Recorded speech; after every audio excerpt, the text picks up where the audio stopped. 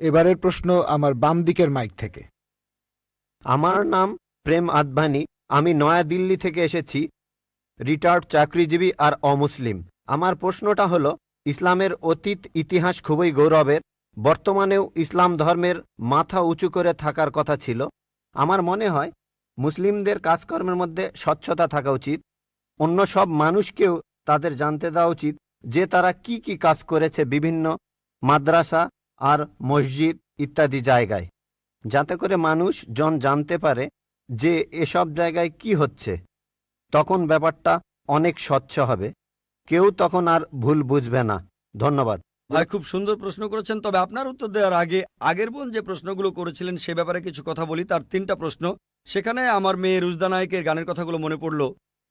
শেষ গানটা যে don't talk to me about Mohammad সাল্লাল্লাহু আলাইহি সাল্লাম, আর কোঅর্ডিনেটর বলেছিলেন গানের কথাগুলো একটু মনোযোগ দিয়ে শুনবেন। আপনারা যদি কথাগুলো শুনে থাকেন, এটা নবীজি সাল্লাল্লাহু আলাইহি সাল্লামের একটা সিরাত যে একদিন মোহাম্মদ সাল্লাল্লাহু আলাইহি সাল্লাম হেঁটে যাচ্ছিলেন, তখন এক পথচারীর সঙ্গে তার দেখা হলো। সে নবীজির বিরুদ্ধে কথা বলতে লাগলো, ও এই নবী মোহাম্মদ খুবই খারাপ লোক, তার সঙ্গে কথা বলো না। সে কিন্তু মোহাম্মদ সাল্লাল্লাহু আলাইহি সাল্লামের সঙ্গে কথা বলছে, সে জানে না। ওই লোকটাই মোহাম্মদ সাল্লাল্লাহু আলাইহি সাল্লাম।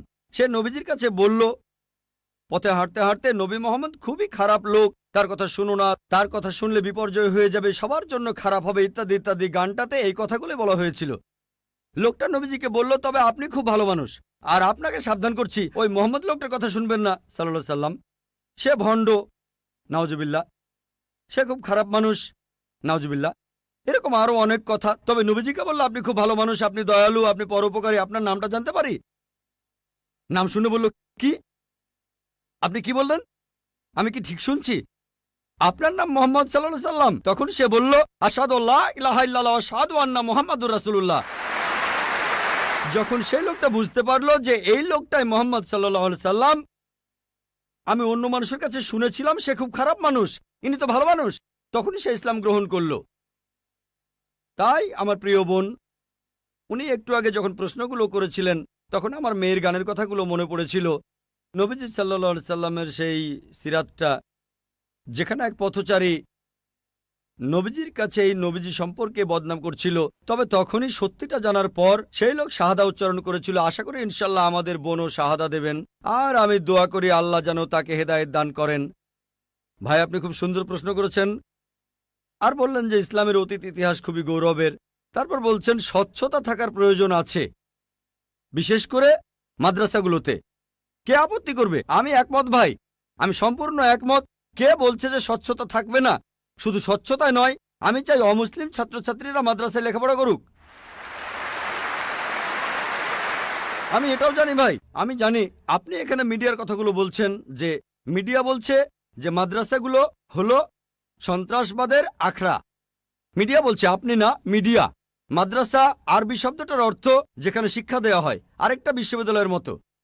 স্কুল বলতে পারেন, কলেজ বলতে পারেন, ইউনিভার্সিটিও বলতে পারেন। তবে মিডিয়া মাদ্রাসাগুলোকে এমনভাবে তুলে ধরে, যদি কোনো মাদ্রাসায় যান আপনি সন্ত্রাসী হয়ে যাবেন। মিডিয়া বলে আপনি না।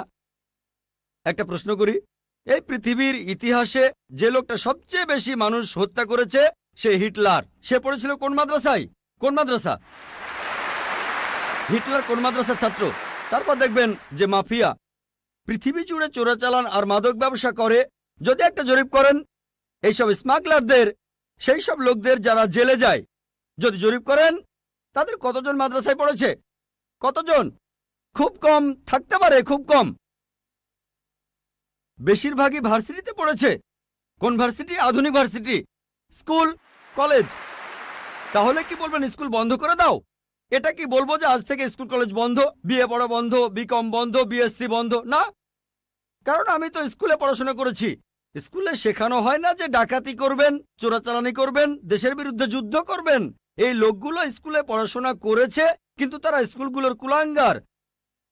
আর হিটলারও হয়তো আধুনিক শিক্ষা পেয়েছিল, আমি নিশ্চিত তার স্কুল তাকে শেখায়নি যে তুমি 60 লক্ষ ইহুদিকে হত্যা করো। তাহলে বুঝতে পারছেন এরা কুলাঙ্গার। তবে সামগ্রিকভাবে দেখবেন যে এই দেশে প্রতি বছর হাজার হাজার ছাত্র মাদ্রাসা থেকে পাশ করে, নাদবা থেকে, দেওবন্দ থেকে হাজার হাজার ছাত্র। আপনি কি বলবেন এরা সবাই মানুষ মারছে? মোটেই তা নয়। মিডিয়া ব্যাপারটা এভাবে তুলে ধরছে। এখন দেখবেন সরকার মাদ্রাসাগুলোতে যাবে, গত বছর বা তার আগের বছর সরকার নাদবা মাদ্রাসায় গিয়েছিল। তারা মাদ্রাসায় গিয়ে একটা সার্চ ওয়ারেন্ট বের করলো, চেক করবে। কি চেক করবে? আর আলী মিয়া নাদভি রহমতুল্লাহ বললেন ঠিক আছে, আপনারা চেক করেন। তারা সেখানে কিছুই পায়নি।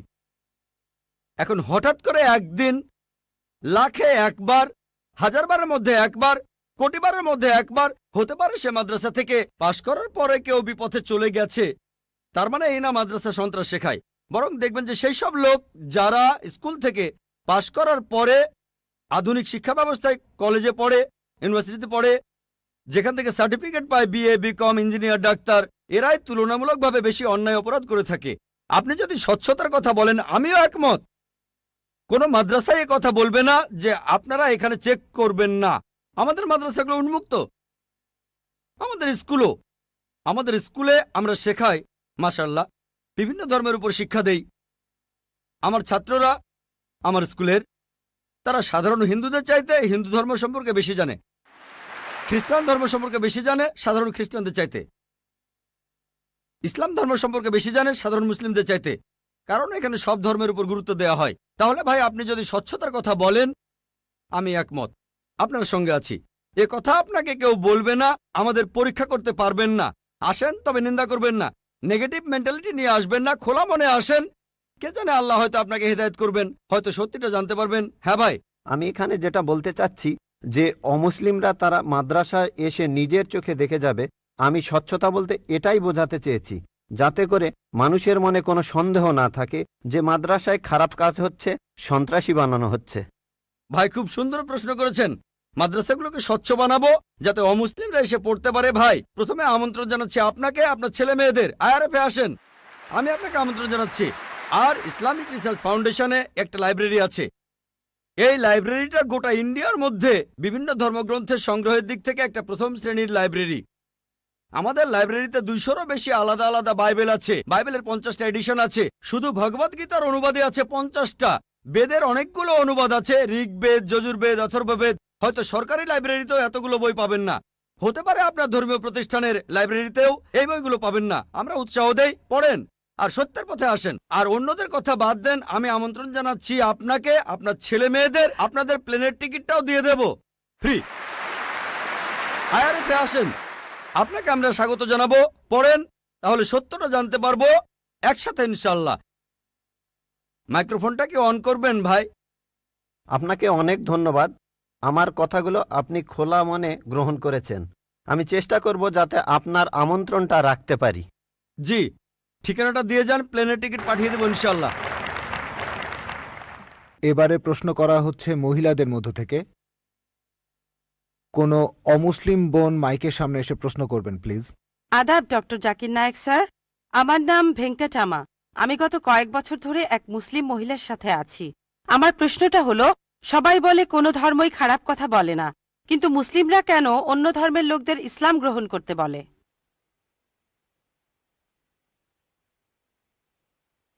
বোন, আপনি বললেন যে আপনি একটা মুসলিম পরিবারের সঙ্গে থাকেন অনেক বছর ধরে। তারপর বললেন যে সব ধর্মে ভালো সব কথা থাকে, কিন্তু মুসলিমরা আমাকে ইসলাম গ্রহণ করতে বলে কেন? পয়েন্ট নাম্বার 1, অন্য যেসব ধর্ম আছে সেগুলো যা বলে তার বেশিরভাগ কথাই ভালো, তবে ইসলাম ভালো কথা বলার পাশাপাশি আপনাকে দেখাবে কিভাবে সেটা অর্জন করতে হয়। আমি উদাহরণও দিয়েছি, সব ধর্মই বলে চুরি করো না, ইসলাম একই কথা বলে, তবে ইসলাম দেখিয়ে দেয় কিভাবে সেই অবস্থানে যাবেন যেখানে কেউ চুরি করে না।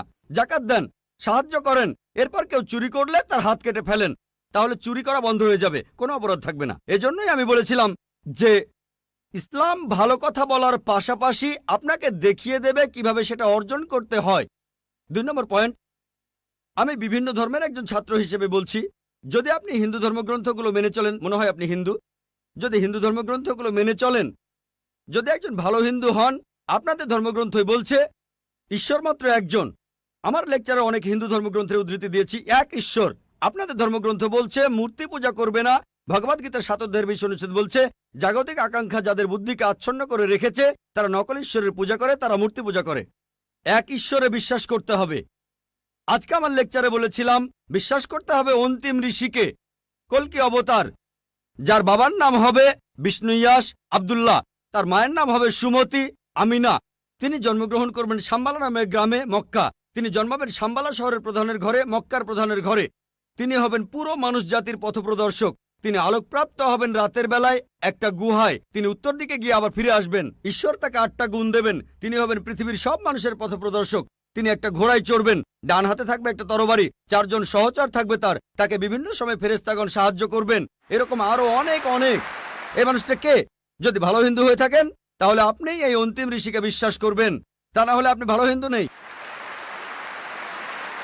যদি ভালো হিন্দু হয়ে থাকেন তাহলে এক ঈশ্বর বিশ্বাস করবেন, তাহলে আপনি মূর্তি পূজা করবেন না। নাতাস্তি প্রতিমা আস্তি, মহান ঈশ্বর, তার কোনো প্রতিমা নেই, তার কোনো প্রতিমূর্তি নেই, তার কোনো ছবি নেই, তার কোনো ফটোগ্রাফ নেই, তার কোনো ভাস্কর্য নেই।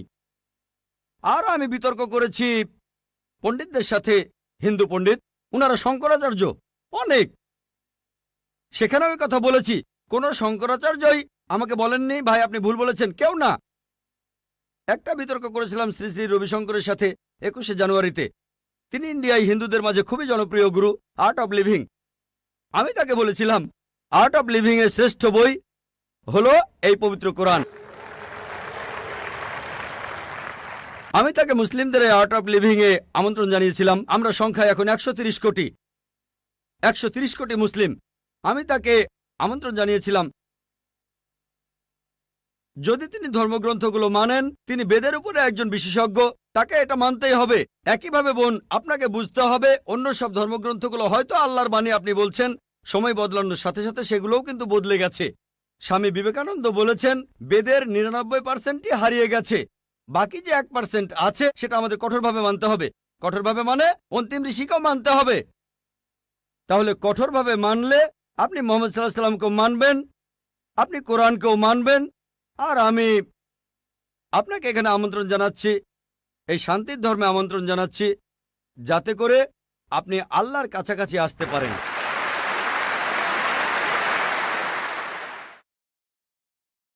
এবারের প্রশ্ন আমার বাম দিকের মাইক থেকে। ইসলাম ধর্মে পাপের সংজ্ঞাটা কি? পাপের প্রকারভেদগুলো কি?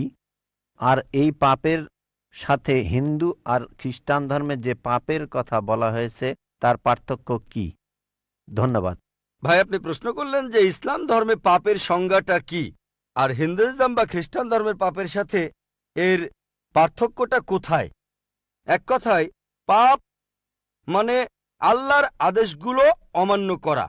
আল্লাহ আমাদের নির্দেশ দিয়েছেন, যদি তার বিরুদ্ধে যান সেটাই পাপ।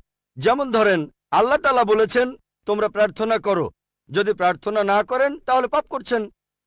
আল্লাহ তাআলা বলেছেন তোমরা মদ খেও না, যদি মদ খান তাহলে পাপ করছেন। তাহলে আল্লাহ তাআলার আদেশ অমান্য করা এক কথায় সেটাই পাপ। আর সব ধর্মে পাপের সংজ্ঞাটা এটাই। হিন্দু আর খ্রিস্টান ধর্ম একই কথা বলছে। আশা করি উত্তরটা পেয়েছে। এবারের প্রশ্ন আমার বাম দিকের মাইক থেকে। আমি অ্যান্টনি, আমি ফিলোসফির একজন ছাত্র। আপনার লেকচার থেকে আজকে যেটা শিখলাম যে সব ধর্মই বলে এমন সব কথা যেগুলো কমন, আর এমনকি মোহাম্মদও কমন, সব ধর্মেই আছে। কিন্তু পবিত্র কোরআনটা কোন দিক থেকে আলাদা? কোরআন এমন কি বলছে যেটা অন্য ধর্মে বলা নেই? যেমন ধরেন মোহাম্মদ, তার কথা সব ধর্মের বইতেই তো বলা হয়েছে। ভাই খুব সুন্দর প্রশ্ন করেছেন। আপনি বললেন যেটা কমন সেটা মেনে চলতে। সব ধর্মগ্রন্থই বলে মুহাম্মদের কথা, আর কোরআনও বলছে মুহাম্মদের কথা। এখানে নতুন কি আছে? খুবই সুন্দর প্রশ্ন। অন্য সব ধর্মই বলে যে পরবর্তীতে একজন নবী পৃথিবীতে আসবেন, আর বাইবেলও বলছে। আপনি তো খ্রিস্টান, সম্ভবত আপনি পবিত্র বাইবেল পড়েছেন। গসপেল অফ জন 16 নম্বর অধ্যায়ের 12 নম্বর থেকে 14 অনুচ্ছেদে আছে, ঈসা আলাইহিস সালাম শিষ্যদের বলছেন আমি তোমাদের অনেক কথা বলতে চাই, কিন্তু তোমরা এখন সেটা বুঝতে পারবে না, কারণ যখন সত্যের আত্মা তোমাদের সামনে আসবে সে তোমাদের সত্যের পথে নিয়ে যাবে। আর সে তার নিজের কথা বলবে না, যা শুনবে সে কথাগুলোই বলবে। সে তোমাদের ভবিষ্যতের কথা বলবে, সে আমাকে মহিমান্বিত করবে। তার মানে সব ধর্মগ্রন্থ, হিন্দু, পার্সি, বৌদ্ধ, ইহুদি, খ্রিস্টান সবাই বলছে একজন নবী পৃথিবীতে আসবেন, একজন নবী আসবেন। কিন্তু কোরআন বলছে ইনিই সেই নবী যার উপর কোরআন নাজিল হয়েছে। সেই নবী চলে এসেছেন। যখন আপনি ক্লাস 1-এ পড়ছেন, আপনার স্কুলে সবার উপরে ক্লাস 10, তারপর ক্লাস 2-তে উঠলেন, তখনও লক্ষ্য ক্লাস 10। তারপর ক্লাস 3-তে উঠলেন, তখনও ক্লাস 10ই লক্ষ্য। এখানে শুধু স্কুলের কথা বলছি। Class 5, class 6, class 7, class 8, class 9, তারপর ক্লাস 10-এ উঠলেন, তারপর এসএসসি পরীক্ষা দেবেন, ঠিক? তার মানে এই না যে ক্লাস 1 আর ক্লাস 10 এর পড়াশোনা এক। আপনি ক্লাস 10 এর জন্য প্রস্তুতি নিচ্ছেন। প্রস্তুতি নেওয়া হয়েছে 1400 বছর আগে। আল্লাহ তাআলা এই নবীকে পাঠিয়েছেন। যীশু খ্রিস্ট বলেছেন, আমি তোমাদের অনেক কথা বলতে চাই, কিন্তু তোমরা এখন তা বুঝতে পারবে না, কারণ যখন সত্যের আত্মা তোমাদের সামনে আসবে সে তোমাদের সত্যের পথে নিয়ে যাবে। তাহলে 1400 বছর আগে আল্লাহ তাআলা বুঝেছিলেন যে সেটাই সঠিক সময়। এখন পৃথিবীর মানুষ এই কথাগুলো বুঝতে পারবে, অর্থাৎ পবিত্র কোরআন। অন্যান্য সব ধর্মগ্রন্থে কথা বলা হয়েছে যে মহান ঈশ্বর একজন। বর্ণনাগুলো হয়তো আলাদা। সব ধর্মগ্রন্থই বলছে এক স্রষ্টার কথা। আমরা মানব নবীদের আর চূড়ান্ত নবী মুহাম্মদ সাল্লাল্লাহু আলাইহি ওয়াসাল্লামকে। সারমর্মটা হচ্ছে একই, বর্ণনাগুলো হয়তো আলাদা। আর পবিত্র কোরআনে সূরা মাইদা 3 নম্বর আয়াতে বলা হয়েছে, আজ এই দিনে আমি তোমাদের দিন পূর্ণাঙ্গ করলাম, তোমাদের দিন মনোনীত করলাম ইসলাম, তোমাদের প্রতি আমার অনুগ্রহ সম্পূর্ণ করলাম পুরো মানুষ জাতির জন্য। পবিত্র কোরআন নাজিল হওয়ার পর নতুন কিছু যোগ করা যাবে না, কোনো কিছু বাদ দেওয়া যাবে না। আমি এই কথা আগেও বলেছি। আপনারা তো বলেন ওল্ড টেস্টামেন্ট আর নিউ টেস্টামেন্ট, পবিত্র কোরআন হলো লাস্ট টেস্টামেন্ট। তাহলে পার্থক্যটা হলো এই পবিত্র কোরআন হলো শেষ কিতাব, আল্লাহ তাআলার নাজিলকৃত লাস্ট টেস্টামেন্ট। আপনারা বলেন ওল্ড টেস্টামেন্ট আর নিউ টেস্টামেন্ট। পবিত্র কোরআন হলো লাস্ট টেস্টামেন্ট। অন্য সব ধর্মগ্রন্থ সেগুলো বলছে একটা বইয়ের কথা, পবিত্র কোরআন। মুহাম্মদ সাল্লাল্লাহু আলাইহি সাল্লামের ক্ষেত্রে একই কথা। অন্য ধর্মগ্রন্থ বলে যে নবী মুহাম্মদ আসবেন। ইসলাম আমাদের শেখায় আল্লাহ নবীর কাছে যে কিতাব নাজিল করেছেন আর আমাদের নবীজির হাদিসের মাধ্যমে, এটাই হলো চূড়ান্ত ধর্ম পুরো মানুষ জাতির জন্য। আদম আলাইহিস সালাম থেকে প্রথম মানুষটা থেকে শেষ দিন পর্যন্ত এখনো আছে, শেষ পর্যন্ত থাকবে। অন্য সব ধর্মই বলছে এক ঈশ্বরের কথা, বলছে যে শেষ নবী আসবেন। আপনাকে এটা মানতে হবে, এটা মানতে হবে, প্রয়োগ করতে হবে, তাহলে সত্যিকারের খ্রিস্টান হতে পারবেন। সেজন্য আমি বলি, ইসলাম আর খ্রিস্টান ধর্মের সাদৃশ্যের উপর আমি একটা লেকচার দিয়েছিলাম। সেখানে প্রমাণ করেছি যে মুসলিমরা আমরা খ্রিস্টানদের চাইতে অনেক বেশি খ্রিস্টান। খেয়াল করে দেখবেন, আমরা যীশু খ্রিস্টকে সাধারণ খ্রিস্টানদের চাইতে অনেক বেশি মানি। আমার ভিডিও ক্যাসেট দেখতে পারেন, ইসলাম ও খ্রিস্টান ধর্মের সাদৃশ্য। এবারের প্রশ্ন আমার বাম দিকের মাইক থেকে। স্যার, আমার নাম এল রবিশঙ্কর শ্রীধর। আমি বর্তমানে বিইডি কলেজের প্রিন্সিপাল হিসেবে আছি। আমি অন্য ধর্মগ্রন্থগুলো পড়েছি, যেমন বাইবেল, কোরআন, হাদিস ইত্যাদি। এছাড়াও আমি মুসলমানদের নামাজ পড়ার নিয়মও শিখেছি। স্যার, একটা হাদিস বলা আছে, নবীজি সাল্লাল্লাহু আলাইহি সাল্লাম এক সিরিয়ানকে বলেছেন যে ধর্ম বদলানোর দরকার নেই, আর তুমি কালিমাও বলো না, তখন প্রয়োজন ছিল। তবে এখন দেখি যে পৃথিবী অনেক বদলে গেছে, আমাদের সামাজিক অবস্থান বদলেছে, এছাড়া আমাদের সমাজও বদলেছে। আর একটা ব্যাপার জানতে চাচ্ছি, এমন কি কোনো রকম ছাড় দেয়া আছে যদি কেউ ইসলাম পালন করতে চায়? আমরা জানি ইসলাম ধর্মের কিছু ব্যাপার ফিজিক্সের মাধ্যমে প্রমাণ করেছেন বিজ্ঞানী ক্যাপরা আর স্টিফেন হকিং, যেমন সময় আর বিশ্বজগৎ কিভাবে সৃষ্টি হলো। এখন আনাল হক, আমি খোদা, এই টাইপের ধারণার কোনো স্থান আছে?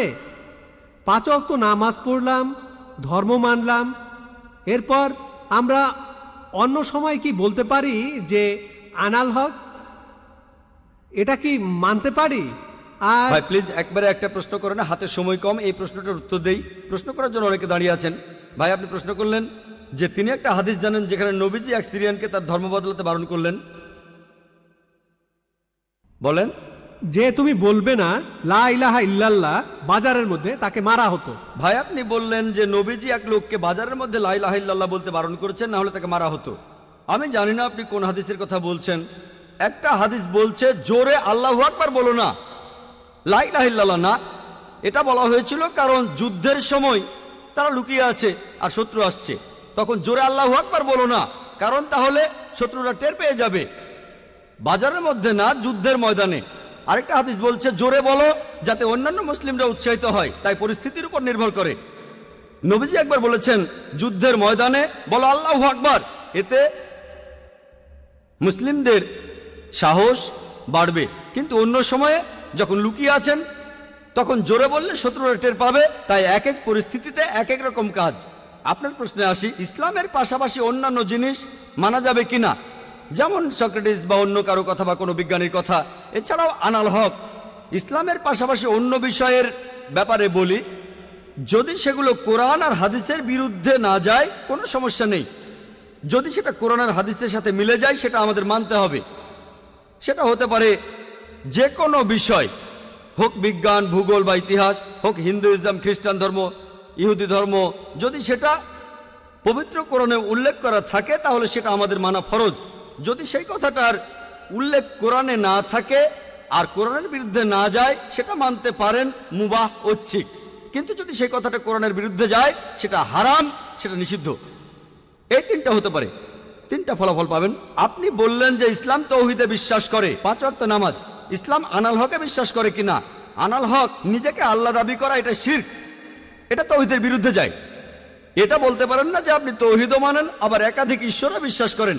আপনি তৌহিদ মানেন আবার বলছেন আমি আল্লাহ, দুটোই আসলে বিপরীত।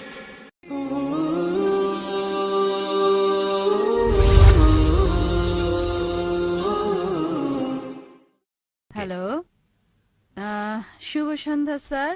আমার নাম রুবি পার্কার আর আমি একজন ড্রেস ডিজাইনার। আসলে এটা আমার বান্ধবীর একটা সমস্যা। সে একজন মুসলিম আর বিয়ে করেছে একজন হিন্দুকে। তবে সে ইসলাম পালন করে আর তার স্বামী হিন্দু ধর্ম পালন করে। এখন সে এবং তার পরিবার বিষয়টাকে সহজভাবে নিতে পারছে না। তাই দয়া করে এ বিষয়ে কিছু বলবেন কি? কারণ সে এ ব্যাপারে দ্বিধাদ্বন্দ্বে আছে আর ও লোকটাকে সে প্রচন্ড ভালোবাসে। প্রশ্নটা ঠিক করে বুঝছি না বোন। আপনি বললেন একজন মুসলিম মেয়ে হিন্দু ছেলেকে বিয়ে করেছে আর সে ভালোবাসা ছাড়া কিছু বোঝে না, সে এখন কি করবে, এটাই কি প্রশ্ন বোন? হ্যাঁ, বিয়ে করেছে নাকি করেনি? বিয়ে করেছে, কোর্ট ম্যারেজ। Court marriage. বোন বললেন যে একজন মুসলিম মেয়ে হিন্দু ছেলেকে বিয়ে করেছে, সে ভালোবাসায় পাগল, কোর্ট ম্যারেজ, তার কি করা উচিত? কোরআন যা বলছে তা হচ্ছে সূরা বাকারা অধ্যায় 2 আয়াত 221। বলা হয়েছে যে মুশরিক নারীকে বিয়ে করো না, মূর্তি পূজারী নারীকে বিয়ে করো না যতক্ষণ না সে ঈমান আনে। বিশ্বাসী নারী যদি কৃতদাসীও হয়, অবিশ্বাসী নারীর চেয়ে সে অনেক উত্তম, যদিও সে তোমাকে মুগ্ধ করে। আয়াতের পরের অংশ বলছে মুশরিক পুরুষকে বিয়ে করো না, কোনো মূর্তি পূজারীকে বিয়ে করো না, যদিও সে তোমাকে মুগ্ধ করে, যতক্ষণ না সে ঈমান আনে। একজন বিশ্বাসী পুরুষ যদি কৃতদাসও হয়, যদি কারো গোলাম হয়, মুশরিক পুরুষের চেয়ে সে অনেক উত্তম। অবিশ্বাসী পুরুষ তোমাকে যদিও মুগ্ধ করে, তাই ইসলামে একজন মুসলিম নারী অমুসলিম পুরুষকে বিয়ে করতে পারে না। যেমন আগেও আমি বলেছি, কারণ হলো যদি কোনো গাড়ি থাকে আর সেই গাড়ির একটা চাকা সাইকেলের, বাইসাইকেলের, আর আরেকটা চাকা হচ্ছে ট্রাকের, স্বাভাবিকভাবে গাড়িটা চলবে না। আর অধিকন্ত প্রত্যেক মানুষই চায় যে স্বামী এবং স্ত্রী উভয়ই জান্নাতে যাক। তাই যদি সে মুসলিম দাবি করে, তার জীবনের মূল উদ্দেশ্য হবে আল্লাহ সুবহানাহু ওয়া তাআলাকে খুশি করা। যেমন আমি বলেছি যে কোরআন বলছে সূরা নিসা অধ্যায় 4 আয়াত 48, সূরা নিসা অধ্যায় 4 আয়াত 116, আল্লাহ যে কোনো গুনাহ ক্ষমা করবেন, তবে শিরক করার গুনাহ, তার সাথে শরীক করার গুনাহ তিনি কখনোই ক্ষমা করবেন না। সুতরাং কিভাবে সে এমন জীবনসঙ্গী বেছে নিতে পারে যার উদ্দেশ্যই ভিন্ন? তার মানে হতে পারে আপনি স্বার্থপর, আপনি জান্নাতে যেতে চান, জীবনসঙ্গী জান্নাতে যাক সেটা চান না।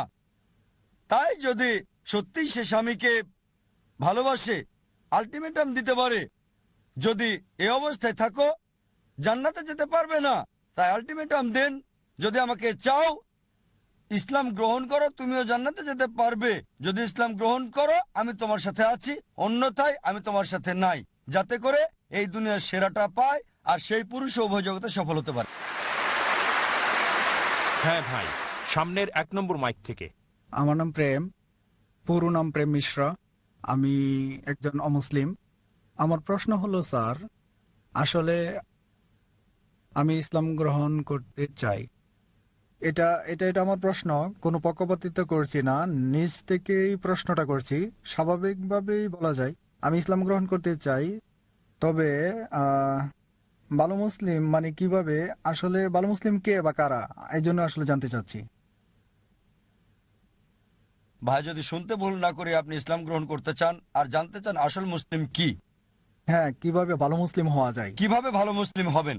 ভাই ভালো মুসলিম হতে হলে, মুসলিম মানে যে নিজের ইচ্ছাকে আল্লাহর কাছে সমর্পণ করে। তাই যদি আপনার ইচ্ছাকে আল্লাহর কাছে সমর্পণ করেন আপনি মুসলিম। নিজের ইচ্ছাকে আল্লাহর কাছে সমর্পণের মানে আপনাকে মানতে হবে আল্লাহ এক, আল্লাহ ছাড়া আর কেউ ইবাদতের যোগ্য নাই। বিশ্বাস করতে হবে মুহাম্মদ সাল্লাল্লাহু আলাইহি ওয়াসাল্লাম সর্বশেষ এবং চূড়ান্ত নবী। আর যখন আপনি কোরআন পড়বেন, যা আমি আগে লেকচারে বলেছি, এটা সর্বশেষ এবং চূড়ান্ত নির্দেশিকা বই মানব জাতির জন্য। তাই যদি কোরআন পড়েন এবং আমল করেন, আল্লাহর নির্দেশ মেনে চলেন, যদি বিরত থাকেন যেগুলো আল্লাহ নিষেধ করেছেন সেগুলো থেকে, তাহলে আপনি একজন সত্যিকারের মুমিন হতে পারবেন। আর আরেকটা বিষয়, হুম। স্যার আমার সম্পূর্ণ পরিচয়টা কি বদলাতে হবে, যেটা আমার অমুসলিম অবস্থায় ছিল? আপনার নাম, এটা বাধ্যতামূলক কিনা তিনি জিজ্ঞেস করছেন। নাম পরিবর্তন করা বাধ্যতামূলক কিনা মুসলিম হওয়ার পর? না, এটা বাধ্যতামূলক না, তবে চাইলে করতে পারেন। তাই নাম পরিবর্তনটা বাধ্যতামূলক না, যদি সেটা শিরকের সাথে যুক্ত না থাকে। যদি আপনার নামে কোনো শিরক না থাকে, কোনো মূর্তি পূজা ইত্যাদি, তবে যেটা হতে পারে আপনার আগের নামও থাকতে পারে অথবা নতুন নাম নিতে পারেন। তবে মুসলিম হিসেবে যদি গর্ব করেন, আমি বলবো মুসলিম নাম রাখতে, যাতে লোকজন আপনাকে চিনতে পারে। যেমন কেউ ডাক্তার হলে তখন ক্রস চিহ্ন রাখে, মানুষকে জানাতে যে সে একজন ডাক্তার। একইভাবে বাধ্যতামূলক না যে নাম বদলাতেই হবে, তবে যদি বদলান সেটা উত্তম, মানুষ জানবে যে আপনি মুসলিম। আমার প্রশ্ন হচ্ছে, আপনি কি এখনই ইসলাম গ্রহণ করবেন? জি স্যার। আপনি কি বিশ্বাস করেন আল্লাহ এক? হ্যাঁ।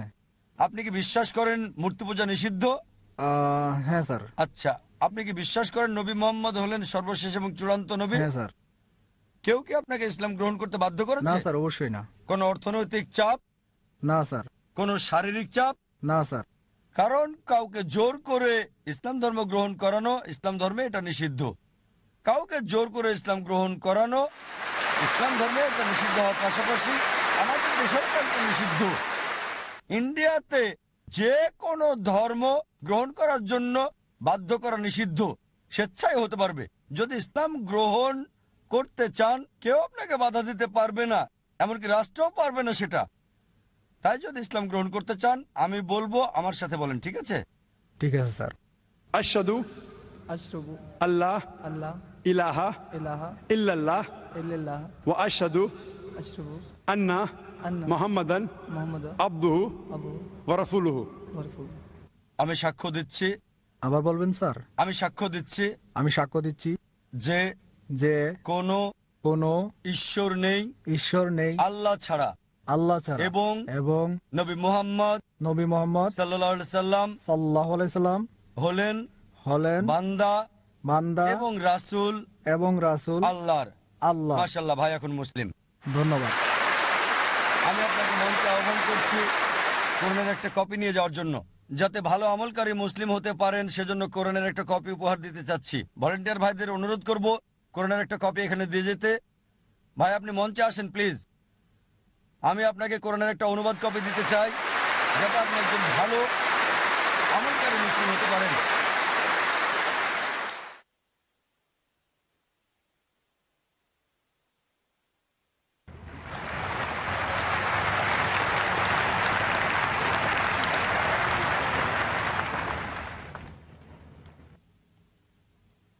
মাশাআল্লাহ, জাযাকাল্লাহ। আল্লাহ সুবহানাহু ওয়া তাআলার কাছে দোয়া করছি আল্লাহ যেন আপনার ইচ্ছাকে কবুল করেন, আপনাকে যেন জান্নাতে দেন ইনশাআল্লাহ।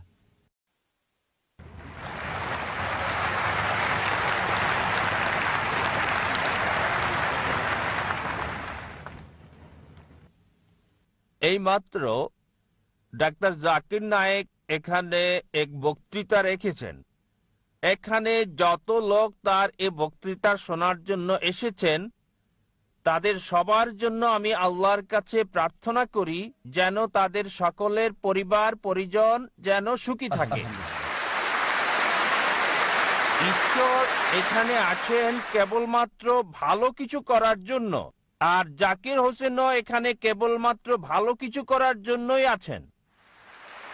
আচ্ছা, আমি এখন আমার নাম নারায়ণ ভেঙ্কটাস আয়ার, দাঁড়াইতে থাকি।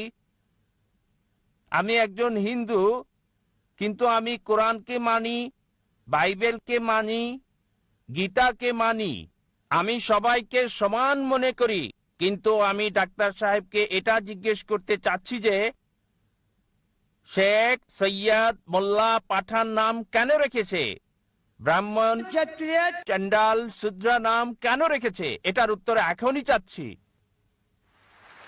ভাই প্রশ্ন করার আগে বললেন যে এখানে শত শত হাজার হাজার লাখ লাখ মানুষ এসেছেন আর কামনা করলেন সবার জন্য শান্তি। তারপর বললেন যে ডাক্তার জাকির নায়েক এখানে এসেছেন ভালো কথা বলতে, আর প্রশ্ন করলেন যে আপনি হিন্দু, তবে কোরআন পড়েছেন, বিশ্বাস করেছেন, বাইবেলও বিশ্বাস করেন, বেদও বিশ্বাস করেন, আর প্রশ্ন করলেন যে কেন এই সব পাঠান, শেখ, মোল্লা, ব্রাহ্মণ, ক্ষত্রিয় ইত্যাদি।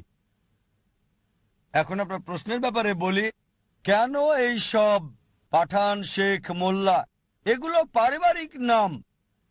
শুধুমাত্র একজন লোক শেখ অথবা মোল্লা বা পাঠান এগুলো একজন থেকে শ্রেষ্ঠ করেন আরেকজনের উপরে। কোরআন বলছে সূরা হুজুরাত অধ্যায় 49 আয়াত 13, يا أيها الناس إنا خلقناكم من ذكر وأنثى وجعلناكم شعوبا وقبائل لتعارفوا إن أكرمكم عند الله أتقاكم إن الله عليم خبير।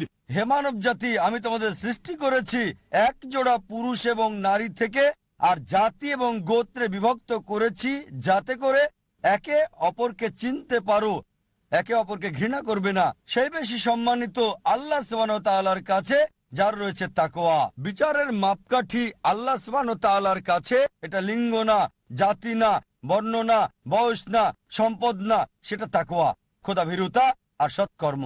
কেবল একজন মোল্লা বা খান পরিবার বা শেখ পরিবারে জন্মগ্রহণ করলেই সে জান্নাতে যাবে না। তাকে জান্নাতে নিয়ে যাবে তাকওয়া, সৎকর্ম, ন্যায়পরায়ণতা।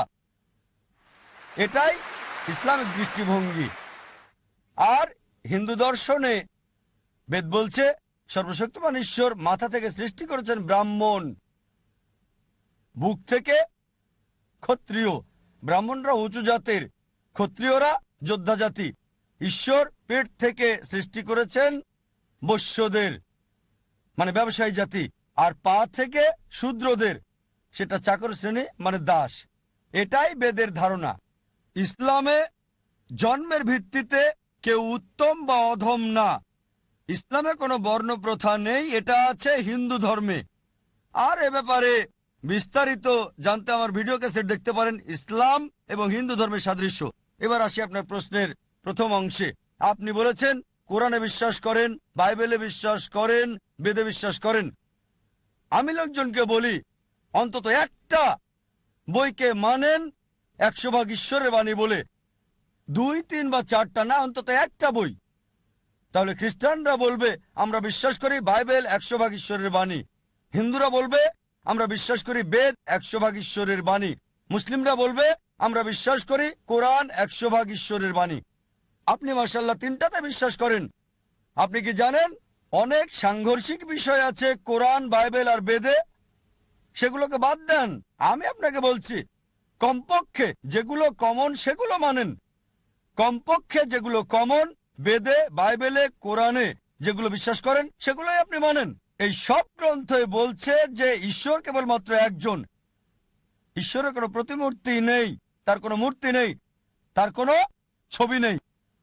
বলা হয়েছে বাইবেলে বুক অফ ডিউটেরোনমি অধ্যায় 6 অনুচ্ছেদ 4, মুসা আলাইহিস সালাম বলেছেন, شما إسرائيل أدنى هنزل نيخد শোনো হে ইসরায়েলবাসী, ঈশ্বর, আমাদের ঈশ্বর কেবল একজন। যদি হিন্দু গ্রন্থ পড়েন, এটা উল্লেখ আছে ছান্দোগ্য উপনিষদ অধ্যায় 6 অনুচ্ছেদ 2 পরিচ্ছেদ 1, إكم إبديتيم ঈশ্বর কেবল একজন, দ্বিতীয় কেউ নেই। এটা আছে শ্বেতাসূত্র উপনিষদ অধ্যায় 4 অনুচ্ছেদ 19, যজুর্বেদ অধ্যায় 32 অনুচ্ছেদ 3। نا تسر प्रतिमा أستي সর্বশক্তিমান ঈশ্বরের কোনো প্রতিমা নেই। প্রতিমা সংস্কৃত শব্দ মানে প্রতিমূর্তি, ফটোগ্রাফ, পেন্টিং, ছবি, প্রতিচ্ছবি, ভাস্কর্য, মূর্তি। সর্বশক্তিমান ঈশ্বরের কোনো ফটোগ্রাফ নেই, সর্বশক্তিমান ঈশ্বরের কোনো ছবি নেই, সর্বশক্তিমান ঈশ্বরের কোনো প্রতিচ্ছবি নেই, কোনো পেন্টিং নেই, কোনো ভাস্কর্য নেই, কোনো মূর্তি নেই, কোনো ভাস্কর্য নেই, কোনো রূপরেখা নেই, কোনো স্ট্যাচু নেই। কোরআন একই কথা বলছে, সূরা ইখলাস অধ্যায় 112 আয়াত 1 থেকে 4। قل هو الله احد الله الصمد لم يلد ولم يولد ولم يكن له كفوا احد। বলো তিনি আল্লাহ এক এবং অদ্বিতীয়, স্বয়ং সম্পূর্ণ, চিরস্থায়ী, কাউকে জন্ম দেননি, কখনো জন্ম নেননি, আর কোনো কিছু তার মতো না। আপনাকে জিজ্ঞেস করছি, আপনি কি এক ঈশ্বরে বিশ্বাস করেন? আপনি কি বিশ্বাস করেন এক আল্লাহতে? আমি এখনো ভগবান একজন বলে মনে করি। আপনি কি মূর্তি পূজায় বিশ্বাস করেন? ব্রহ্ম সত্যম জগন মিথ্যা জীবো ব্রহ্মৈব না পরঃ। আপনি মূর্তি পূজা মানেন কি না? না, এটা কি মূর্তি পূজা? আমি মূর্তি টুর্তি মানি না। মাশাআল্লাহ, মাশাআল্লাহ। আমি রূপরেখা মানি না। ভাই এক ঈশ্বরে বিশ্বাস করেন, মূর্তি আমি পূজা বিশ্বাস করেন না? আমি আল্লাহ বললে বললে পাপ মুছে যায়, লা বললে পাপ আসার সুযোগ পায় না, তার নামই হলো আল্লাহ। এটা আপনার দেওয়া সংজ্ঞা, পুরো সংজ্ঞা এটা না। রা বললে পাপ মুছে যায়, মা বললে পাপ আসার সুযোগ পায় না, তার নামই হলো রাম। রাম কোনো মানুষের নাম নয়, মানুষের আকার আকৃতি নয়, আকার আকৃতিওয়ালা কোনো কিছু ঈশ্বর নয়। ঈশ্বর শুধুমাত্র বিশ্বাস, আস্থা, এক সত্য। একটা উদাহরণ, দৃশ্যমান কোন ঈশ্বর কেবলমাত্র শান্তির কথা বলে। আপনি এক ধরনের ঈশ্বর, ডাক্তার জাকির হোসেন এক ধরনের ঈশ্বর, যার আহ্বানে এত লোক এসেছে। আপনি যা বললেন আপনার বেদে লেখা আছে, ঋগ্বেদ বুক নাম্বার 1 হিম নাম্বার 164 অনুচ্ছেদ 46, एकम सत विप्र बहुधा वेदांते। ঈশ্বর এক, সত্য এক, তবে জ্ঞানীরা তাকে ডাকেন বিভিন্ন নামে। আপনি বললেন ডাক্তার জাকির নায়েক ঈশ্বর। ডাক্তার জাকির নায়েক ঈশ্বর না, ঈশ্বর হতেও পারবেন না। আমি ঈশ্বরের সৃষ্টি, আমি আল্লাহর বান্দা, আমি আব্দুল্লাহ, আমি আল্লাহ না। আপনি আমাকে আল্লাহ বললেন আর আমিও আল্লাহ হয়ে গেলাম। আপনার সাথে আমাকেও জাহান্নামের দিকে টানছেন। না, আমি আল্লাহ না, আমি আল্লাহর গোলাম, আমি আল্লাহর বান্দা। ওই তরিকায় কোনো মানুষই আল্লাহ হতে পারে না, ভগবান হতে পারে না, ঈশ্বর হতে পারে না। এই তরিকায় রাম একজন ভালো মানুষ ছিল। আবার আপনি বলছেন সে অবতারও ছিল। অবতার মানে মানে খোদা কর্তৃক প্রেরিত, কিন্তু খোদা না, খোদা প্রেরিত। আপনি আবার বলছেন, যদি বলেন যে রাম হচ্ছে অবতার, এবং ত্রা মানে সর্বশক্তিমান ঈশ্বর প্রেরিত, এটা বললে আমার কোনো আপত্তি নেই। যদি বলেন রাম আল্লাহর নবী, হতেও পারে আবার নাও হতে পারে, কারণ আমাদের নবীজি মুহাম্মদ সাল্লাল্লাহু আলাইহি ওয়াসাল্লাম বলেছেন 1,24,000 নবী এই পৃথিবীতে এসেছেন, কোরআনে শুধু 25 জনের নাম উল্লেখ করা আছে। রাম হতে পারে ঈশ্বরের নবী, হতে পারে আবার নাও হতে পারে, নিশ্চিত বলতে পারি না। তবে রাম যদি নবী হয়েও থাকে, কৃষ্ণ যদি নবী হয়েও থাকে, তাকে পাঠানো হয়েছিল শুধু সেই সময়ের সেই লোকদের জন্য।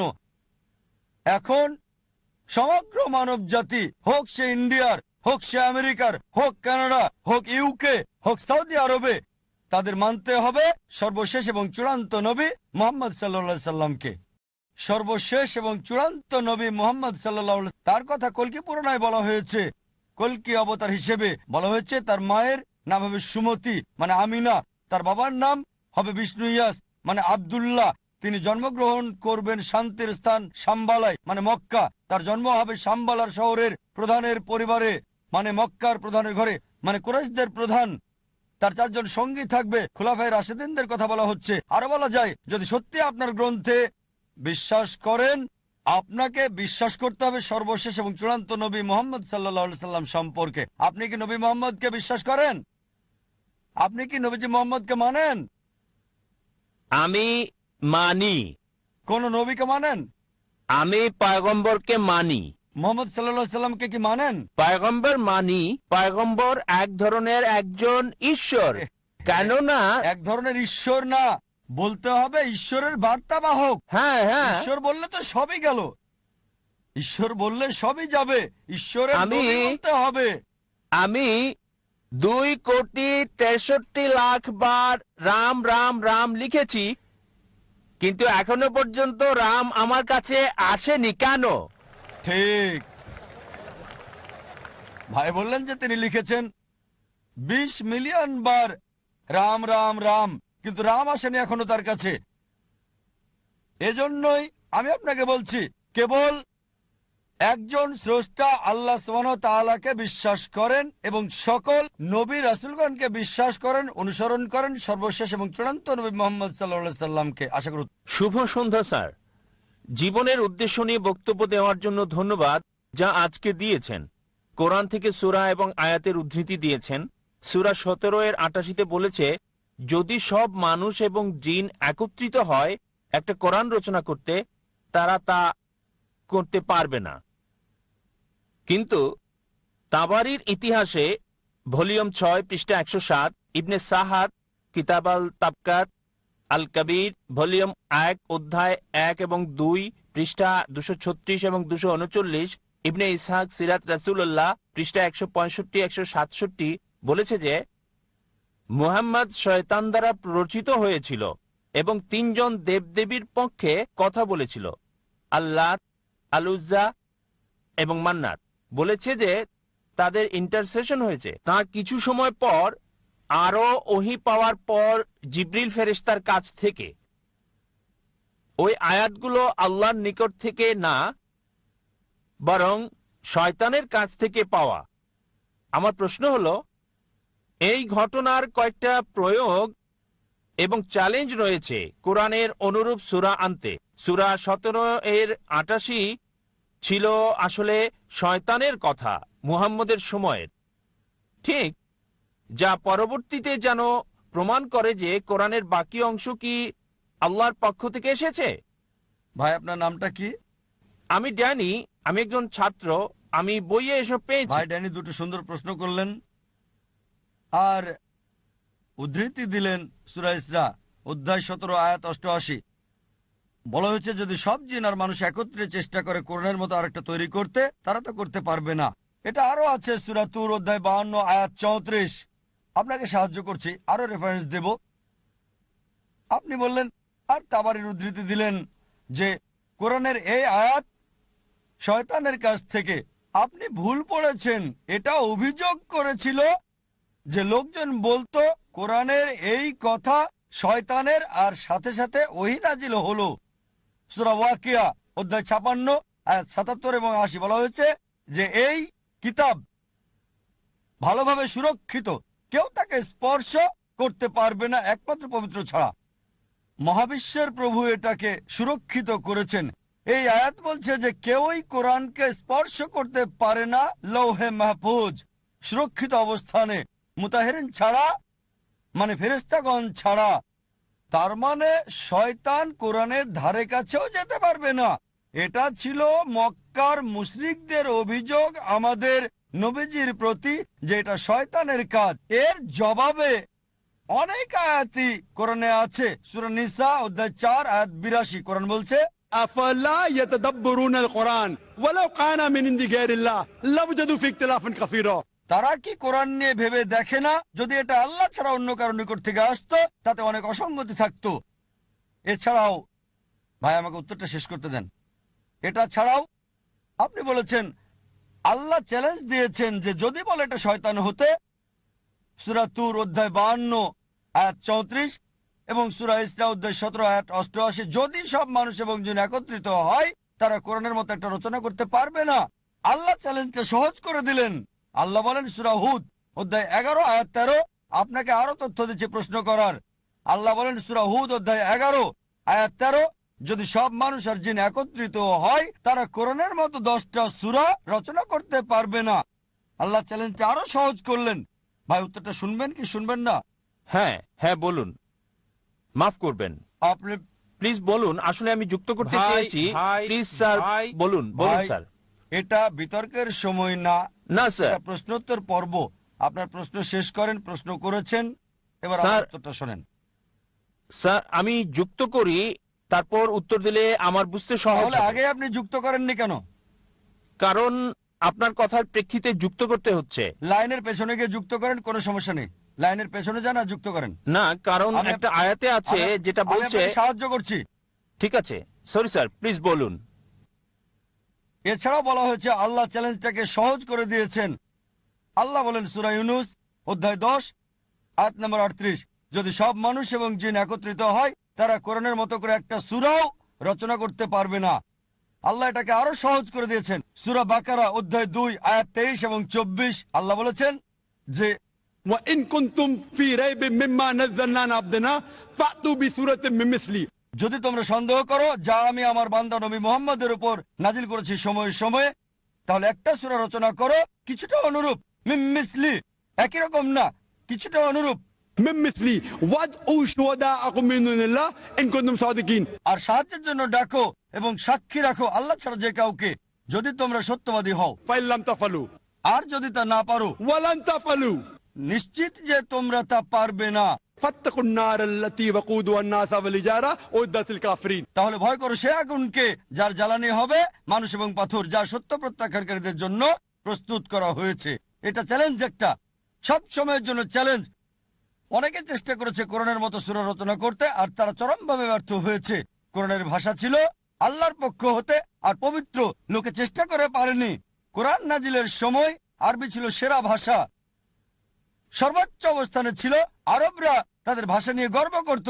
আল্লাহ বলেন তোমাদের ভাষা দিয়েই এই কোরআন নাজিল করেছি, চেষ্টা করে একটা সূরা রচনা করো। কিছুটা এমন, পুরোপুরি না।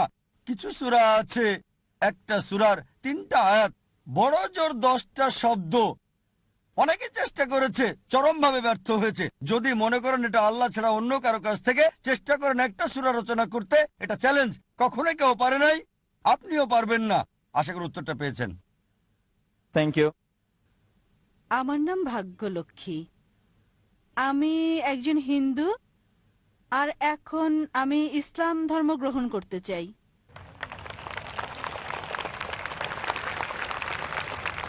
বোন বললেন যে আপনি একজন হিন্দু আর এখন ইসলাম গ্রহণ করতে চান। আপনি কি নিজের ইচ্ছায় এটা করছেন? নিজের ইচ্ছায় কি আপনি ইসলাম গ্রহণ করছেন বোন? হ্যাঁ। কেউ কি আপনাকে বাধ্য করছে এটা করতে? কেউ জোর করেনি, নিজের ইচ্ছায় তা করছি আমি। মাশাআল্লাহ। জিজ্ঞেস করলাম নিজের ইচ্ছায় ইসলাম গ্রহণ করতে চান, তিনি বললেন হ্যাঁ। আপনি কি মানেন যে আল্লাহ এক? জি স্যার। আর আপনি কি এটা মানেন যে মুহাম্মদ সাল্লাল্লাহু আলাইহি ওয়াসাল্লাম হলেন আল্লাহর শেষ নবী? হ্যাঁ মানেন? মানি। আচ্ছা, আমি আপনাকে কালেমা পড়াবো। প্রথমে আরবিতে বলবো, পরে বাংলা করে দেব। আচ্ছা ঠিক আছে। আশহাদু আশহাদু আল্লাহ আল্লাহ ইলাহা ইলাহা ইল্লাল্লাহ ইল্লাল্লাহ ওয়া আশহাদু আশহাদু আন্না আন্না মুহাম্মাদান মুহাম্মাদান আবদুহু আবদুহু ওয়া রাসূলুহু ওয়া রাসূলুহু। আমি সাক্ষ্য দিচ্ছি, আমি সাক্ষ্য দিচ্ছি যে যে আল্লাহ ছাড়া আল্লাহ ছাড়া কোনো মাবুদ নাই, নাই, আর মুহাম্মদ সাল্লাল্লাহু আলাইহি ওয়াসাল্লাম তার বান্দা এবং রাসূল। মাশাআল্লাহ বোন, আপনি এখন মুসলমান হয়েছেন। আল্লাহ আপনাকে উত্তম প্রতিদান দিক, আর আল্লাহ আপনার জান্নাত নসিব করুক। আমি দোয়া করি আল্লাহ সুবহানাহু ওয়া তাআলার কাছে যাতে জান্নাত দেন আপনাকে। আর ইনশাআল্লাহ আবারও আল্লাহর কাছে আমরা দোয়া করি যাতে আপনার জীবনে শান্তি আসে, আর এই 3টা অর্জন করতে পারেন, যে আল্লাহর সন্তুষ্টি, এই পৃথিবীতে শান্তি এবং আখিরাতে জান্নাত ইনশাআল্লাহ। আমার একটা নাম রেখে দিন আপনি। বোন বললেন যে আমি আপনার একটা নাম রেখে দিই। আপনি আয়েশা রাখতে পারেন, আয়েশা। আচ্ছা, আমার নাম রশ্মি সিং। আমি আপনাকে বলতে চাই যে আমি মন থেকে ইসলাম ধর্ম গ্রহণ করতে চাই। আপনি আমাকে কলমা পড়িয়ে দিন। বোন বললেন যে আপনি ইসলাম গ্রহণ করতে চান, আর আমি যেন আপনাকে কলমা পড়িয়ে দিই। বোন, আপনি কি বাংলা বোঝেন? হ্যাঁ। আপনি কি বিশ্বাস করেন আল্লাহ এক? হ্যাঁ। আপনি কি বিশ্বাস করেন মূর্তি পূজা ভুল? জি স্যার। আপনি কি বিশ্বাস করেন নবী মুহাম্মদ সাল্লাল্লাহু আলাইহি সাল্লাম হলেন আল্লাহর শেষ নবী? হ্যাঁ। কেউ কি আপনাকে ইসলাম গ্রহণ করতে বাধ্য করছে? না। কোনো অর্থনৈতিক চাপ? না। কোনো শারীরিক চাপ? না। আপনি কি স্বেচ্ছা ইসলাম গ্রহণ করছেন? জি। ঠিক আছে, ইনশাআল্লাহ আমি কলমা পড়ছি আরবিতে, আপনি সাথে পড়েন। আশহাদু আশহাদু আল্লাহ আল্লাহ ইলাহা ইলাহা ইল্লাল্লাহ ইল্লাল্লাহ ওয়া আশহাদু ওয়া আশহাদু আন্না আন্না মুহাম্মাদান মুহাম্মাদান আবদুহু আবদুহু ওয়া রাসূলুহু। ওয়া রাসূলুহু। আমি সাক্ষ্য দিচ্ছি আমি সাক্ষ্য দিচ্ছি যে যে কোনো ঈশ্বর নাই কোনো ঈশ্বর নেই আল্লাহ ছাড়া, আল্লাহ ছাড়া, আর নবী মুহাম্মদ আর নবী মুহাম্মদ সাল্লাল্লাহু আলাইহি সাল্লাম সাল্লাল্লাহু আলাইহি সাল্লাম তার বান্দা এবং রাসূল। তার বান্দা এবং রাসূল। মাশাআল্লাহ বোন, আপনি এখন মুসলিম। আমি আল্লাহ সুবহানাহু ওয়া তাআলার কাছে দোয়া করি যেন আপনাকে পথ দেখায়, সরল পথে রাখে। আর আল্লাহ কোরআনে বলেছেন সূরা আল ইমরান অধ্যায় 3 আয়াত 8, ربنا لا تزغ قلوبنا بعد إذ هديتنا وهب لنا من لدنك رحمة إنك أنت الوهاب। হে আল্লাহ, আমাদেরকে সরল পথ দেখাও, যে পথের কথা বলেছো আমাদেরকে সেই পথ দেখাও। আমি আল্লাহ সুবহানাহু ওয়া তাআলার কাছে দোয়া করি যাতে আপনাকে আরো হেদায়েত করে, সরল পথে রাখে আর আপনাকে জান্নাতবাসী করে। স্যার, আমি আপনাকে একটা প্রশ্ন করতে চাই। স্যার, যদি আমার বাসায় আমার বাবা মা সবকিছু জেনে যায়, তাহলে আমি কিভাবে আমি তাদের কিভাবে বোঝাবো যে আমি যা করছি এটা ঠিক করছি?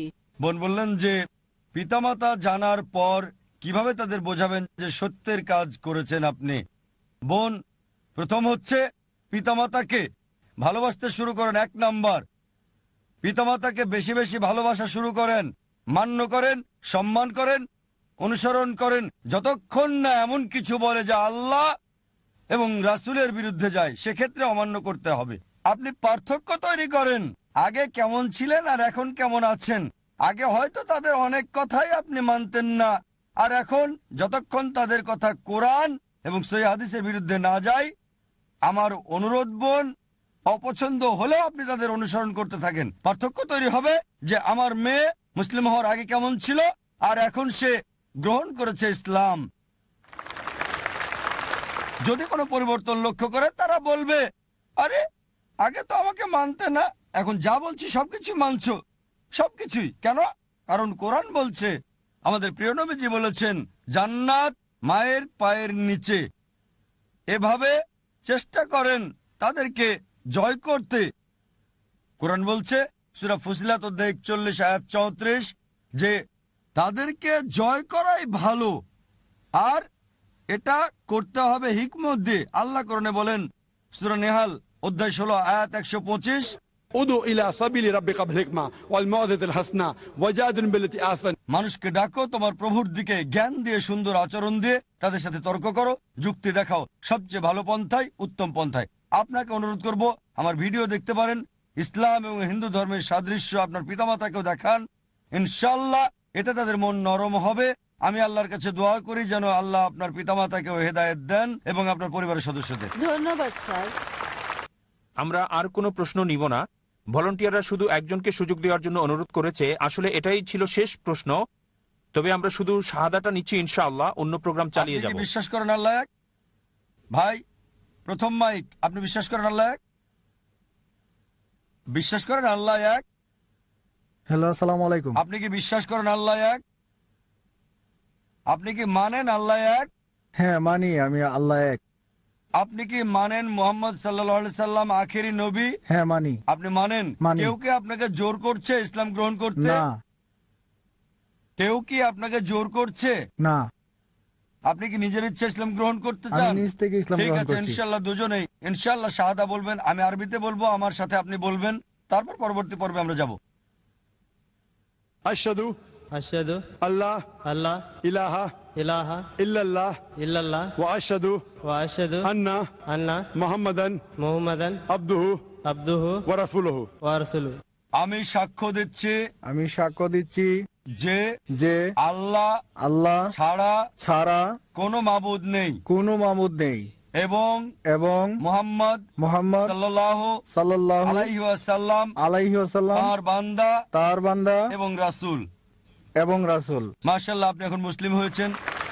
আল্লাহ আপনাকে প্রতিদান দিন, আপনাকে হিদায়াত দেন, আর আমি দোয়া করি আল্লাহ আপনাকে যেন জান্নাত দেন। ডক্টর জাকির নায়েক স্যার, আমার অন্তর থেকে আপনাকে নমস্কার জানাচ্ছি। আমার নাম ইশু দাস। আপনার কাছে আমার প্রশ্ন হলো, ইসলামে কয়টি বিয়ের অনুমতি দেওয়া হয়েছে এবং কেন? ভাই প্রশ্ন করলেন যে ইসলামে কয়টা বিয়ের অনুমতি আছে এবং কেন, পলিগামির কেন সমর্থন করছে। আসলে আমি জানতে চাই পবিত্র কোরআন অনুযায়ী কয়টি বিয়ে হতে পারে এবং জিজ্ঞেস কয়টি হতে করছেন পারে না? কোরআন অনুযায়ী কয়টা বিয়ে করা যায়। যদি মহিলাদের ব্যাপারে বলেন, পবিত্র কোরআনের সূরা নিসা অধ্যায় 4 আয়াত 20 থেকে 24 বলছে একজন বিবাহিত মহিলা আবার বিয়ে করতে পারে না, সুতরাং একজন মহিলা সর্বোচ্চ একজন স্বামী রাখতে পারবে। একজন পুরুষের ব্যাপারে যদি বলেন, কোরআন বলছে সূরা নিসা অধ্যায় 4 আয়াত 3, তোমাদের পছন্দের নারীকে বিয়ে করো 2, 3 বা 4, তবে ন্যায় বিচার করতে না পারলে একটা। আপনি 2, 3 বা 4টা বিয়ে করতে পারেন, কিন্তু ন্যায় বিচার করতে না পারলে একটা। এই কথাটা একটা বিয়ে করো যদি ন্যায় বিচার করতে না পারো শুধু কোরআনেই আছে। পৃথিবীর বুকে আর কোনো গ্রন্থ নেই যেটা বলছে একটা বিয়ে করো শুধু কোরআন ছাড়া। যদি রামায়ণ পড়েন, যদি মহাভারত পড়েন, আপনি বিয়ে করতে পারেন যত ইচ্ছা তত। যদি রামায়ণ পড়েন দেখবেন রামের পিতার কতজন স্ত্রী ছিল, তার একাধিক স্ত্রী ছিল। কৃষ্ণের মহাভারত অনুযায়ী কতজন স্ত্রী ছিল? 2, 4, 10, 1000, 10,000, 16,108 জন স্ত্রী ছিল। তাই কৃষ্ণ যদি 16,108 জন স্ত্রী রাখতে পারে, আমরা মুসলিমরা কেন 4 জন রাখতে পারবো না? যদি বাইবেল পড়েন, ওল্ড টেস্টামেন্ট এবং নিউ টেস্টামেন্টের মতে যত ইচ্ছা তত বিয়ে করতে পারেন। সলোমনের 700 স্ত্রী ছিল। বাইবেল মতে আব্রাহামের 3 জন স্ত্রী ছিল। খ্রিস্টান চার্চ ঠিক করে দিয়েছে খ্রিস্টানরা একটা বিয়ে করবে। রাবি জরসম বিন ইয়াহুদা সাইনড পাস করেছিল যে ইহুদিরা একটা বিয়ে করবে। আর ইন্ডিয়াতে ইন্ডিয়ান পেনাল কোড 1954 সালে একটা আইন পাস করে, হিন্দু বিবাহ আইন, যাতে বলা হয়েছে হিন্দুরা একটা বিয়ে করবে। ইন্ডিয়ান পেনাল কোড বলছে, হিন্দু ধর্মগ্রন্থ বলেনি যে হিন্দুদের একটা বিয়ে করতে হবে। চলুন দেখি এবার কেন ইসলাম একজন পুরুষকে একাধিক বিয়ে করার অনুমতি দেয়। একাধিক বিয়ে করা ইসলামে বাধ্যতামূলক না, এটা ঐচ্ছিক। একাধিক বিয়ে করলে স্ত্রীদের সাথে ন্যায় বিচার করতে হবে। যৌক্তিক কারণ বলা যায় যে কেন অনুমতি দিয়েছে, যে পুরুষ এবং নারী সমান অনুপাতে জন্মায়। যদি মেডিকেল কোনো ডাক্তারকে জিজ্ঞেস করেন, কোনো শিশু বিশেষজ্ঞকে, সে আপনাকে বলবে যে মেয়ে শিশু ছেলে শিশুদের চেয়ে বেশি শক্তিশালী হয়ে থাকে। ছেলে শিশুর চেয়ে মেয়ে শিশুর রোগ প্রতিরোধের ক্ষমতাটা অনেক বেশি। তাই ছেলের তুলনায় মেয়ে সন্তানের হার বেশি। আবার অনেক ক্ষেত্রে দেখা যায় যে যুদ্ধে মারা যায়, তারা দুর্ঘটনায় মারা যায়, ধূমপানে মারা যায়, মদপান করে মারা যায়। এইসব ক্ষেত্রে মহিলাদের তুলনায় পুরুষের মৃত্যু বেশি। তাই এখন পৃথিবীতে পুরুষের তুলনায় নারীর জনসংখ্যা অনেক বেশি। 2-1টা তৃতীয় বিশ্বের দেশ বাদে, যেমন ইন্ডিয়া, যেখানে নারীদের তুলনায় পুরুষ অনেক বেশি, কারণ মেয়ে সন্তান হত্যা করা, মেয়ে ভ্রূণ হত্যা করা। প্রতি বছর ইন্ডিয়াতে 1 মিলিয়নেরও বেশি ভ্রূণ হত্যা করা হয় যখন জানে গর্ভের সন্তান মেয়ে। যদি এই অমানবিক কার্যকলাপ বন্ধ করা হয়, তাহলে ইন্ডিয়াতে পুরুষের চেয়ে নারীর সংখ্যা বেশি হবে। শুধু নিউ ইয়র্কে পুরুষের তুলনায় 1 মিলিয়ন নারী বেশি, ইউএসএতে 7.8 মিলিয়ন নারী বেশি, শুধু ইউকেতে 4 মিলিয়ন নারী সেখানে বেশি, শুধু জার্মানিতে পুরুষের তুলনায় 5 মিলিয়ন নারী বেশি, শুধু রাশিয়ায় আছে 9 মিলিয়ন নারী বেশি। আর শুধু আল্লাহ জানেন সারা পৃথিবীতে কত মিলিয়ন নারী বেশি পুরুষের তুলনায়।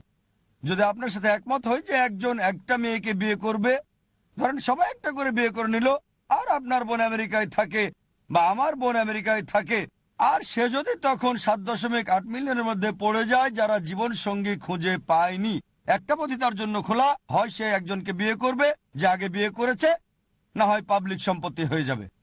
পাবলিক সম্পত্তি এমন বাজে কথা, এটাই সবচেয়ে ভালো শব্দ ব্যবহার করেছি, এর চেয়ে ভালো শব্দ আর আমি পাইনি। আর যে কোনো সভ্য মহিলাকে যদি এই অপশনটা দিলে, সে তাকেই বিয়ে করবে যার ইতিমধ্যে স্ত্রী রয়েছে, না হলে হয়ে যাবে পাবলিকের সম্পত্তি। আশা করি উত্তরটা পেয়েছেন। হ্যালো স্যার, আমার প্রশ্নটা হচ্ছে, এমন কোনো মুসলিম কি আছে যারা বিশ্বাস করে যে কোরআন আর বাইবেল এই দুইটাই হচ্ছে আল্লাহ তাআলার বাণী? আর এরকম বিশ্বাস করা কি আপনার মতে সম্ভব যে আপনি বিশ্বাস করবেন কোরআন পাশাপাশি বাইবেল, যে দুইটাই আল্লাহর বাণী? আপনার নামটা কি ভাই? আমার নাম ডেভিড বলমার। ভাই ডেভিড, খুব সুন্দর প্রশ্ন করেছেন যে এমন কোন মুসলিম কি আছে যারা বিশ্বাস করে যে বাইবেল এবং কোরআন দুটোই আল্লাহর বাণী। আর এটা সম্ভব কিনা যে আমরা বাইবেল এবং কোরআন দুটোকে আল্লাহ তাআলার আসমানি কিতাব বলে মেনে নেব। প্রথমেই আমি বাইবেল শব্দটা নিয়ে বলি। বর্তমানে খ্রিস্টানদের যে ধর্মগ্রন্থ, আপনি কিছু মুসলিম পাবেন যারা বিশ্বাস করে যে বাইবেল আল্লাহ তাআলার বাণী।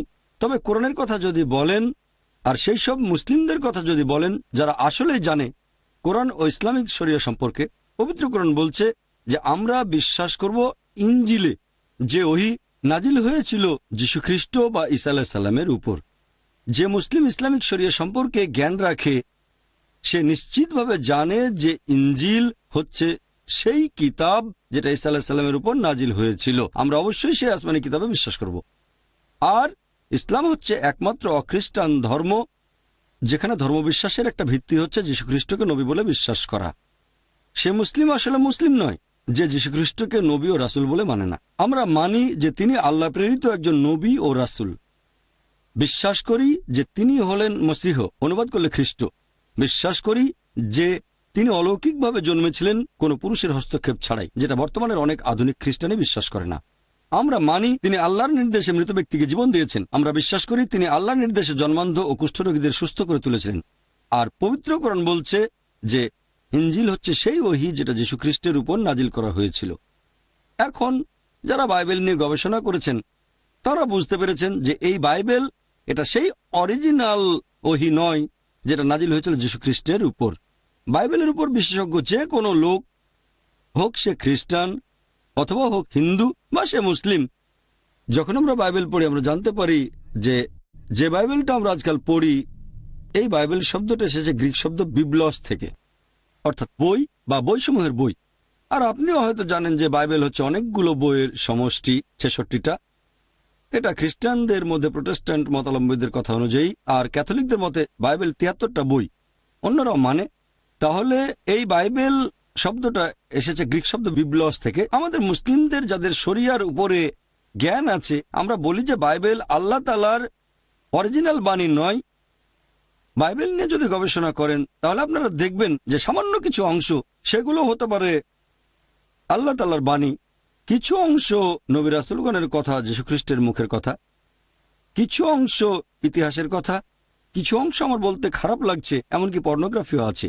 অনেক ভুল আর পরস্পর বিরোধী কথা আছে। আমরা বলতে পারি না যে বাইবেলের এই পরস্পর বিরোধী কথাগুলো আল্লাহ তাআলার বাণী, বলতে পারি না যে বাইবেলে যে বৈজ্ঞানিক ভুলগুলো রয়েছে সেগুলো আল্লাহ তাআলার বাণী। তাই আমরা যেটা বলি, আমরা মানি ইনজিল মানে সেই ওহী যেটা নাজিল করা হয়েছিল যীশুখ্রিস্টের উপর, সেটা অবশ্যই আল্লাহ তাআলার বাণী।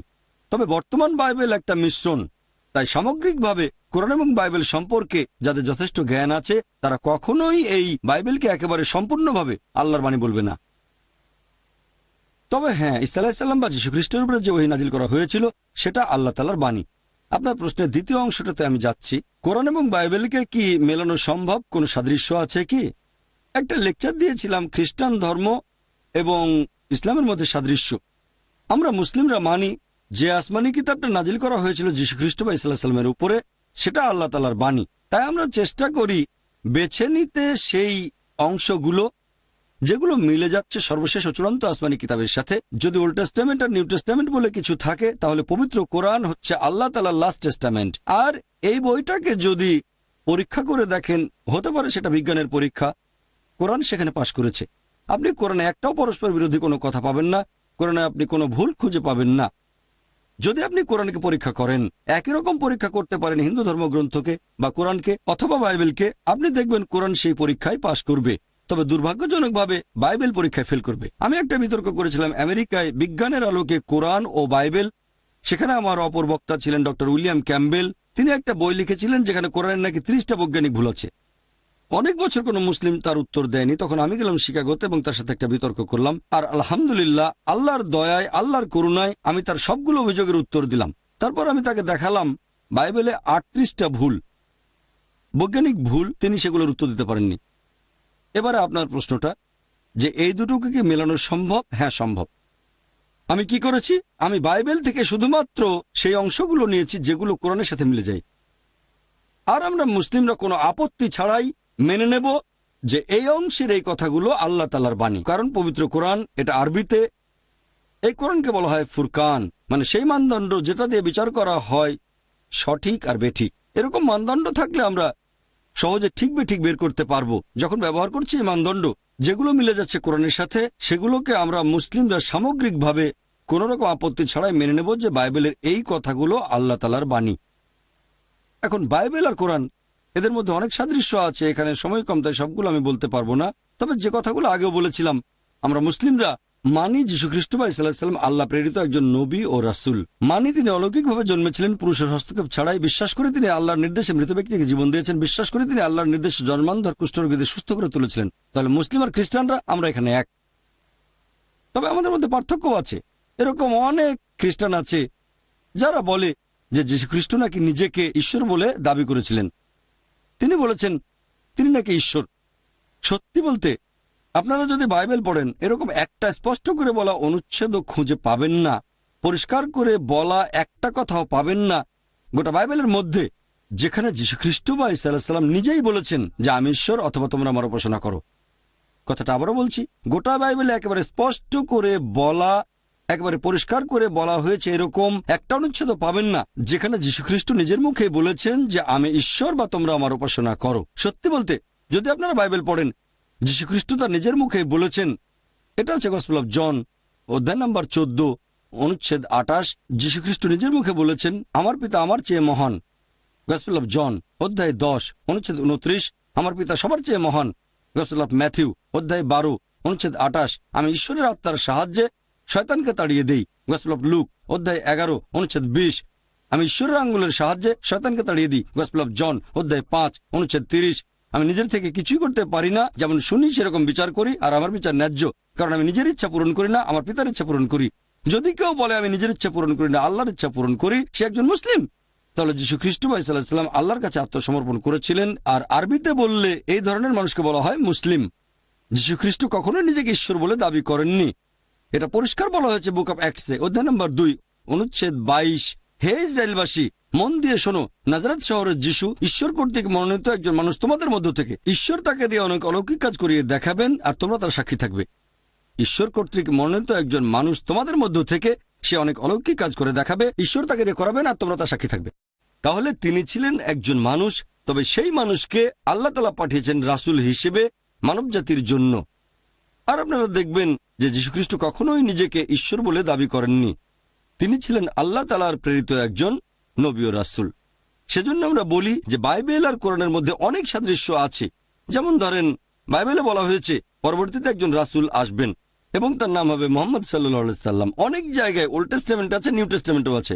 ওল্ড টেস্টামেন্ট পড়লে দেখবেন বুক অফ ডিউটেরোনমি অধ্যায় 18 অনুচ্ছেদ 18 যে পরবর্তীতে মুহাম্মদ সাল্লাল্লাহু আলাইহি সাল্লাম আসবেন। এরপর আছে বুক অফ ডিউটেরোনমি অধ্যায় 18 অনুচ্ছেদ 19। তারপর বুক অফ আইজায়া অধ্যায় 29 অনুচ্ছেদ 12। এরপর সং অফ সলোমন অধ্যায় 5 অনুচ্ছেদ 16 মুহাম্মদের নাম বলা হয়েছে। আমাদের নবীর কথা নিউ টেস্টামেন্টও আছে। এটা আছে গসপেল অফ জন অধ্যায় 14 অনুচ্ছেদ 16। তারপর গসপেল অফ জন অধ্যায় 15 অনুচ্ছেদ 26। গসপেল অফ জন অধ্যায় 16 অনুচ্ছেদ 7। গসপেল অফ জন অধ্যায় 16 অনুচ্ছেদ 12 থেকে 14 যে সর্বশেষ ও চূড়ান্ত নবী আসবেন মুহাম্মদ সাল্লাল্লাহু আলাইহি সাল্লাম। এ কথা বাইবেলেও আছে। এরকম সাদৃশ্য আছে। বাইবেল পড়লে দেখবেন নামাজের গুরুত্বপূর্ণ একটা অংশ। আমরা মুসলিমরা যখন নামাজ পড়ি তখন সিজদা করি। এই সিজদার কথা বাইবেলে অনেক জায়গায় আছে, যেমন বুক অফ জেনেসিস, তারপর বুক অফ জোশুয়া, তারপর গসপেল অফ ম্যাথিউ। এখানে বলা হয়েছে আল্লাহর নবী রাসূলগণ সিজদা দিয়েছেন আল্লাহর উদ্দেশ্যে যখন তারা নামাজ পড়েছেন। তাহলে দেখবেন যে আমরা মুসলিমরা যেভাবে নামাজ আদায় করি তার প্রধান অংশটার কথা বলা হয়েছে বাইবেলেও। ইসলামের অন্যান্য বিষয় নিয়েও যদি বলি, অজুর কথাও বলা হয়েছে বাইবেলে। আমরা নামাজ পড়ার আগে অজু করি, অজুর কথা আছে বাইবেলে। ইসলাম ধর্মে যাকাতের বিধান আছে, এ কথা বাইবেলেও আছে। বাইবেলে কথাটা এভাবে বলা হয়েছে যে মুক্ত হস্তে দান করো, তাহলে তোমার পাপগুলো মুছে যাবে।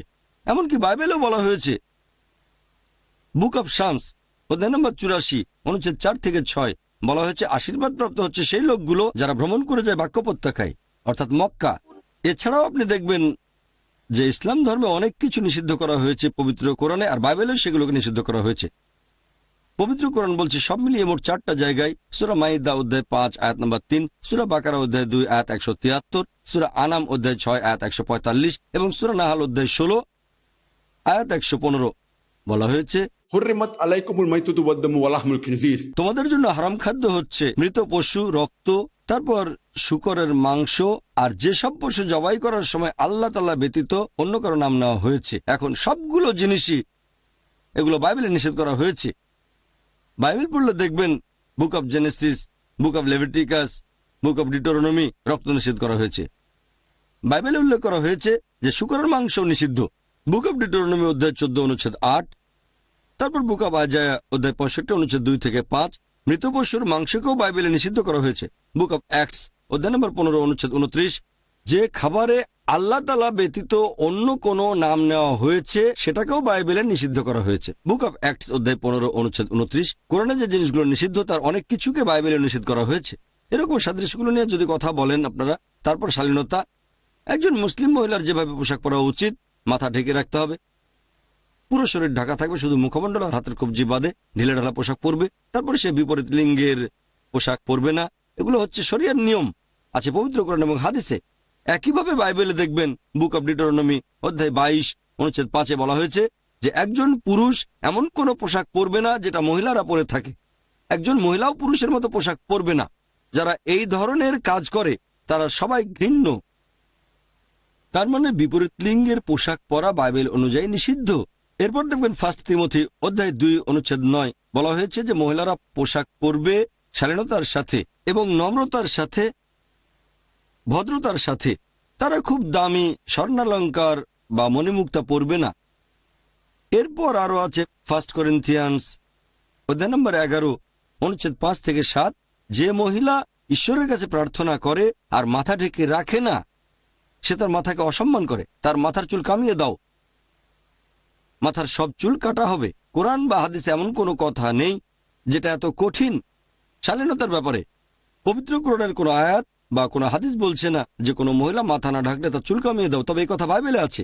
শালীনতার ব্যাপারে আরেকটা কথা, যদি আপনারা মামেরই কোনো ফটোগ্রাফ দেখেন, আল্লাহ তার উপর সন্তুষ্ট হন। তিনি যেভাবে পোশাক পরেছেন মুসলিম মহিলারা ঠিক সেভাবেই পোশাক পরে। পুরো শরীর ঢাকা থাকবে, শুধু মুখমণ্ডল আর হাতের কবজি বাদে। যদি নানদেরকে দেখেন এভাবে আপনারা দেখবেন যে এরকম অনেক সাদৃশ্য আছে খ্রিস্টানদের বাইবেল আর আমাদের কোরআনের মধ্যে। আমার একটা লেকচার খ্রিস্টান ধর্ম এবং ইসলামের মধ্যে সাদৃশ্য, সেখানে আমি বলেছি খ্রিস্টান বলতে যদি তাদের বোঝায় যারা যীশুখ্রিস্টের নির্দেশগুলো মেনে চলে, তাহলে মুসলিমরা আমরা খ্রিস্টানদের চেয়ে আরো বেশি খ্রিস্টান। কারণ এই কথাগুলো বাইবেলে আছে। বাইবেল বলছে মদ পান করো না। বুক অফ এফিসিয়েন্স অধ্যায় 5 অনুচ্ছেদ 18, বুক অফ প্রভার্বস অধ্যায় 20 অনুচ্ছেদ 1, যে মদ পান করো না। আমরা মুসলিমরা করি না, বেশিরভাগ খ্রিস্টান মদ পান করে। যীশুখ্রিস্টের খাতনা দেওয়া হয়েছিল 8 দিন বয়সে গসপেলের কথা অনুযায়ী। আমরা মুসলিমরা খাতনা করি, বেশিরভাগ খ্রিস্টানরা করে না। খ্রিস্টান বলতে যদি তাদের বোঝানো হয় যারা যীশুখ্রিস্টের নিয়মগুলো মেনে চলে, তাহলে আমি বলবো যে মুসলিমরা আমরা খ্রিস্টানদের চেয়ে আরো বেশি খ্রিস্টান। এখন আপনার প্রশ্নের উত্তর হচ্ছে যে পুরো বাইবেল আল্লাহ সুবহানাহু ওয়া তাআলার বাণী নয়। দ্বিতীয় প্রশ্ন, হ্যাঁ কিছু সাদৃশ্য আছে, আর আমরা মনে করি যে বাইবেলের অংশ বিশেষ হচ্ছে আল্লাহর বাণী। আমাদের খুঁজে বের করতে হবে সেই অংশগুলো কোথায়, যাচাই করব পবিত্র কোরআন দিয়ে। তারপর ইনশাআল্লাহ মুসলিম আর খ্রিস্টান আমরা এক হতে পারবো। আশা করি উত্তরটা পেয়েছেন। আপনি যদি আরো প্রশ্ন করতে চান করতে পারেন। ধন্যবাদ। অনেক উত্তর শুনে ভালো লেগেছে। আমি কোরআনের উপর বিশেষজ্ঞ নই, আপনি বিশেষজ্ঞ। তবে কোরআনের ইংরেজি অনুবাদ পড়েছি। আমি যা পড়েছি সেখান থেকেই আপনাকে একটা প্রশ্ন করছি। আমি কোরআনের ইংরেজি অনুবাদ পড়েছি যেখানে বলা হয়েছে তাওরাত, জবুর, ইনজিল এইগুলো তো আল্লাহর আসমানি কিতাব, তাই না? কয়েক জায়গায় আছে যে কেউ আল্লাহ তাআলার কথাকে বদলাতে পারবে না। আরেক জায়গায় বলা হয়েছে যে নবী মুহাম্মদ সাল্লাল্লাহু আলাইহি সাল্লাম তাকে বলা হয়েছে তোমার যদি দ্বিধা থাকে তোমাকে আমি যে জিনিসগুলো দেখাচ্ছি তাহলে যাও জিজ্ঞাসা করো তাদের কাছে যারা কিতাবগুলো পড়েছে তোমার পূর্বে। আমার মনে হয়েছে এরা ইহুদি আর খ্রিস্টানরা। তাই কোরআনের এই আয়াতগুলো দেখে আমার মনে হয়েছে যদি তারা জবুর আর ইনজিল আল্লাহর বাণী হয়ে থাকে আর কেউ সেগুলো বদলাতে পারবে না। আর মুহাম্মদ সাল্লাল্লাহু আলাইহি সাল্লাম জিজ্ঞাসা করবেন ইহুদি আর খ্রিস্টানদের যদি কোনো সন্দেহ থাকে তার কাছে যেটা নাজিল করা হয়েছে, তাহলে এটা কি কখনোই সম্ভব যে পবিত্র বাইবেলের কিছুই আসলে বদলায়নি? কারণ মানুষ তো আল্লাহর বাণীকে কখনোই বদলাতে পারবে না। আর যদি ধরে নেন বাইবেলে কিছুই বদলায়নি, তারপর আপনি এমনভাবে বাইবেলের বিভিন্ন জিনিসের ব্যাখ্যা করলেন যেটা কোরআনের সাথে মিলে যায়। এরকম কি সম্ভব? এটাই ছিল আমার মূল প্রশ্ন। খুব সুন্দর আর প্রশ্ন। পবিত্র কোরআন বলছে যে আল্লাহর আপনার বাণীকে প্রশ্ন আমি বুঝতে বদলানো পেরেছি। যাবে না। বুঝতে পেরেছি আমি। তাহলে এটা কিভাবে সম্ভব যে বাইবেলের কথাগুলো বদলে গেছে? খুব সুন্দর প্রশ্ন ভাই ডেভিড, খুব সুন্দর প্রশ্ন করেছেন। 1 নম্বর পয়েন্ট, আমি কোরআনের উপর বিশেষজ্ঞ নই, সামান্য একজন ছাত্র। কোরআন এবং বাইবেলের উপর বিশেষজ্ঞ নই আমি। আপনি এখানে কোরআনের 3টা আয়াতের কথা বলেছেন, আর আমার তো মনে হচ্ছে আপনি এখানে বিশেষজ্ঞ। কোরআনের 3টা না, আয়াত বলেছেন। আমি আসলে কোনো বিশেষজ্ঞ নই ভাই, আপনি পবিত্র কোরআনের 3টা জায়গার কথা বলেছেন, আমি সেগুলো বলছি। একটা হচ্ছে কোরআন বলছে যে তওরাত, তারপর জাবুর, ইনজিল আল্লাহর বাণী, 1 নম্বর পয়েন্ট। 2 নম্বর পয়েন্ট, আপনি বললেন যে আল্লাহ তাআলার বাণীকে বদলানো যাবে না। আর 3 নম্বর পয়েন্টে বলেছেন যদি তুমি না জানো তাহলে জিজ্ঞেস করো যে তওরাত সম্পর্কে জানে। 3টা অংশের কথা বলেছেন, আর এগুলোর ভিত্তিতে বলেছেন এমনকি হতে পারে যে বাইবেল পুরোপুরি কোরআনের সাথে মিলে যায়, বাইবেল বদলানো হয়নি। প্রশ্নটা খুবই সুন্দর। এবার মূল প্রশ্নতে আসি। প্রথমে আমি 3টা অংশে জবাব দেবো, তারপর মূল প্রশ্নে যাব। 1 নম্বর পয়েন্ট, পবিত্র কোরআনে এই কথা বলা হয়েছে অনেকগুলো জায়গায় যে তাওরাত, জাবুর, ইনজিল আর কোরআন হচ্ছে আল্লাহর বাণী। আপনার প্রথম অংশ পুরোপুরি সঠিক। 1 নম্বর পয়েন্ট, এগুলো হচ্ছে আল্লাহ তাআলার আসমানি কিতাব। তাওরাত নাজিল হয়েছিল নবী মুসা আলাইহিস সালামের উপর, জাবুর নবী দাউদের উপর, ইনজিল যীশুখ্রিস্ট বা ঈসা আলাইহিস সালামের উপর, এবং কোরআন শেষ আসমানি কিতাব নাজিল হয়েছিল সর্বশেষ ও চূড়ান্ত নবী মুহাম্মদ সাল্লাল্লাহু আলাইহি সাল্লামের উপর। 1 নম্বর পয়েন্ট। 2 নম্বর পয়েন্ট, আপনি বলেছেন যে আল্লাহর বাণীকে বদলানো যাবে না। এটা বলা হয়েছে সর্বশেষ ও চূড়ান্ত ওহীর ব্যাপারে। যদি আপনি কোরআন পড়েন আর কোরআন সম্পর্কে সামগ্রিকভাবে না জানেন, তারপর একটা অংশ পড়লেন, আপনি ভুল বুঝতে পারেন। এই আয়াত যে আল্লাহর বাণীকে বদলানো যাবে না, এটা বলা হয়েছে সর্বশেষ ও চূড়ান্ত কিতাব এই পবিত্র কোরআনের ব্যাপারে। অনেক জায়গায় আছে, অনেক জায়গায় এরকম অনেক আয়াত। তবে আমি এটা কেন বললাম, কারণ কোরআন পরিষ্কারভাবে বলছে, সূরা বাকারা অধ্যায় নম্বর 2 আয়াত নম্বর 106, কোরআন বলছে যা কিছু অবতীর্ণ হয়েছে আমি সেগুলোকে কোনোভাবে বিস্তৃত হতে দেব না, বরং প্রতিস্থাপন করব তার সমমানের বা উত্তম কিছু দিয়ে। তাহলে আল্লাহ বলছেন আগে যেসব আসমানি কিতাব এসেছে, আগে যেসব নিদর্শন দেখিয়েছেন, সেগুলোকে প্রতিস্থাপন করা হবে সমমানের বা উত্তম কিছু দিয়ে। আর সর্বশেষ আসমানি কিতাব কোরআন, আল্লাহ বলেছেন সূরা মাইদা অধ্যায় 5 আয়াত নম্বর 3 যে এটাই চূড়ান্ত, এর পরে ইসলামে কোনো কিছু যোগ বা বিয়োগ করা যাবে না। তাহলে এই সর্বশেষ আসমানি কিতাবের পরে আল্লাহর এই বাণীর কোনো কিছু বদলানো যাবে না। পরিষ্কার হয়েছে? আল্লাহর বাণী বদলানো যাবে না, এটা বলা হয়েছে কোরআনের ব্যাপারে। এখন মনে করেন ক্লাস 10-এর ছাত্রদের আমি বললাম এটা হচ্ছে স্কুলের শেষ ক্লাস। আমি বলছি ক্লাস 10-এর কথা। কেউ যদি ভুল করে মনে করে যে ক্লাস 5 বা 6-এর কথা বলছি, তার সেটা ভুল ধারণা। স্কুলের শেষ ক্লাস হচ্ছে বোম্বেতে, ভারতে। বাইরের দেশে হয়তো 11 বা 12 এভাবে বদলে যেতে পারে। তাহলে আমি যদি বলি স্কুলের শেষ ক্লাস হচ্ছে ক্লাস 10, বললাম তোমরাই সর্বশেষ ক্লাস, কথা বলছি ক্লাস 10-এর ছাত্রদের সাথে। কেউ টেপ রেকর্ডারে কথা শুনে ভাবলো ক্লাস 6ই হচ্ছে সর্বশেষ ক্লাস, সেটা হবে তার ভুল ধারণা। আল্লাহর যে বাণীটাকে বদলানো যাবে না, কারণ অনেক আয়াতে আছে আল্লাহ প্রতিস্থাপন করবেন। কেন প্রতিস্থাপন করবেন? যুক্তি দিয়ে দেখেন। অনেকে আমাকে জিজ্ঞেস করে প্রথমে কেন তাওরাত নাজিল করা হলো না, তারপর জাবুর, তারপর ইনজিল, সর্বশেষ কোরআন একেবারে প্রথমে কেন কোরআন আসলো না? অনেকটা যেন ছেলে বাবাকে বলছে আমি ডাক্তার হতে চাই, তুমি আমাকে সরাসরি মেডিকেল কলেজে ভর্তি করে দাও। না বাবা, প্রথমে যেতে হবে প্রি প্রাইমারি স্কুলে, তারপর প্রাইমারি স্কুলে, এরপর সেকেন্ডারি স্কুলে, তারপর যাবে কলেজে, হায়ার সেকেন্ডারি, এরপরে মেডিকেল কলেজে পড়তে পারবে। বিভিন্ন স্টেজ। সরাসরি মেডিকেল কলেজে ভর্তি করলে কিছুই বুঝবে না। একইভাবে আল্লাহ তাআলা হলেন আমাদের সৃষ্টিকর্তা, তিনি জানেন কোনটা কখন নাজিল করতে হবে। তাই মানুষের বৈশিষ্ট্যের উপর নির্ভর করে সেটাই নাজিল করেছেন যেটা সেই সময়ে সেই লোকদের জন্য প্রয়োজন ছিল। আল্লাহ সুবহানাহু ওয়া তাআলা খুব ভালো করে জানতেন যে 1400 বছর আগে ছিল সবচেয়ে শ্রেষ্ঠ সময়, সর্বশেষ ও চূড়ান্ত আসমানি কিতাব নাজিলের জন্য নাজিল করেছেন। তাহলে আগের অনেক নিয়ম ছিল আলাদা। মূল যে আইনটা তাওহীদ, আল্লাহর একত্ববাদ, নামাজ আদায় করা, মূল আইন একই রকম ছিল। তবে তার বেশ কিছু খুঁটিনাটি অন্যান্য বিষয় এগুলোর বদল হয়েছে। চূড়ান্ত বিষয়গুলো পবিত্র কোরআনে বলা হয়েছে, এটার পরে নতুন কিছু যোগ বা বিয়োগ করা যাবে না। আল্লাহ বলেছেন সূরা মাইদা অধ্যায় 5 আয়াত নম্বর 3, এই দিনে আমি তোমাদের দিনকে পূর্ণ করলাম, তোমাদের জন্য মনোনীত করলাম ইসলামকে, তোমাদের প্রতি আমার অনুগ্রহ করলাম সম্পূর্ণ। কথা বদলানো যাবে এটা পবিত্র কোরআনের ব্যাপারে, আল্লাহর অন্যান্য আসমানি কিতাবগুলোর ব্যাপারে না। 2 নম্বর পয়েন্ট, পবিত্র কোরআনে বলা হয়েছে তিনি বদলে দেবেন, প্রতিস্থাপন করবেন।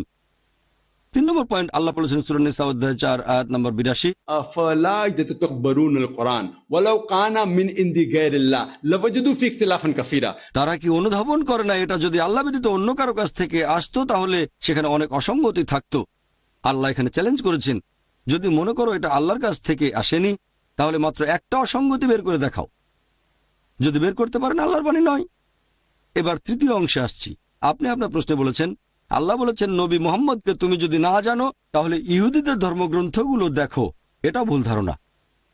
এখন আমি বুঝতে পারছি যে আপনি কোরআনের কিছু অংশ পড়েছেন, কোনো বিশেষজ্ঞ নন। 3 নম্বর প্রশ্নের ভিত্তিতে এখানে আসলে আল্লাহ বলেছেন নবী মোহাম্মদকে তুমি এই কথা বলবে ইহুদি আর খ্রিস্টানদের যদি বিশ্বাস না করো তোমাদের ধর্মগ্রন্থ দেখো। আল্লাহ এটা নবী মোহাম্মদের উদ্দেশ্যে বলছেন না। আল্লাহ বলছেন নবী মোহাম্মদকে যে তুমি বলো ইহুদিদের, বলো খ্রিস্টানদের এই আইনে যদি বিশ্বাস না করো তাহলে তোমাদের ধর্মগ্রন্থ দেখো। কেন? কারণ এটা হচ্ছে লাস্ট টেস্টামেন্ট। এখানকার কিছু অংশ ছিল ওল্ড টেস্টামেন্টে আর নিউ টেস্টামেন্টে। যেহেতু এটা আল্লাহর সর্বশেষ আসমানি কিতাব, এখানে তওরাত এবং ইনজিলের কিছু অংশ আছে। তাহলে নবী মোহাম্মদ সাল্লাল্লাহু আলাইহি সাল্লামকে আল্লাহ বলেছেন তুমি ইহুদি আর খ্রিস্টানদের বলো যদি এই কথাগুলো না মানো, তোমরা যদি শূকরের মাংস খাওয়া থেকে বিরত না থাকো, তাহলে দেখো বাইবেলে বুক অব ডিউটেরোনমি অধ্যায় 14 অনুচ্ছেদ 8, বুক অব লেভিটিকাস অধ্যায় 11, বুক অব আইজায়া অধ্যায় 65 অনুচ্ছেদ 2 থেকে 5। আমি রেফারেন্স দিচ্ছি, এমন না যেভাবে বলতে হবে।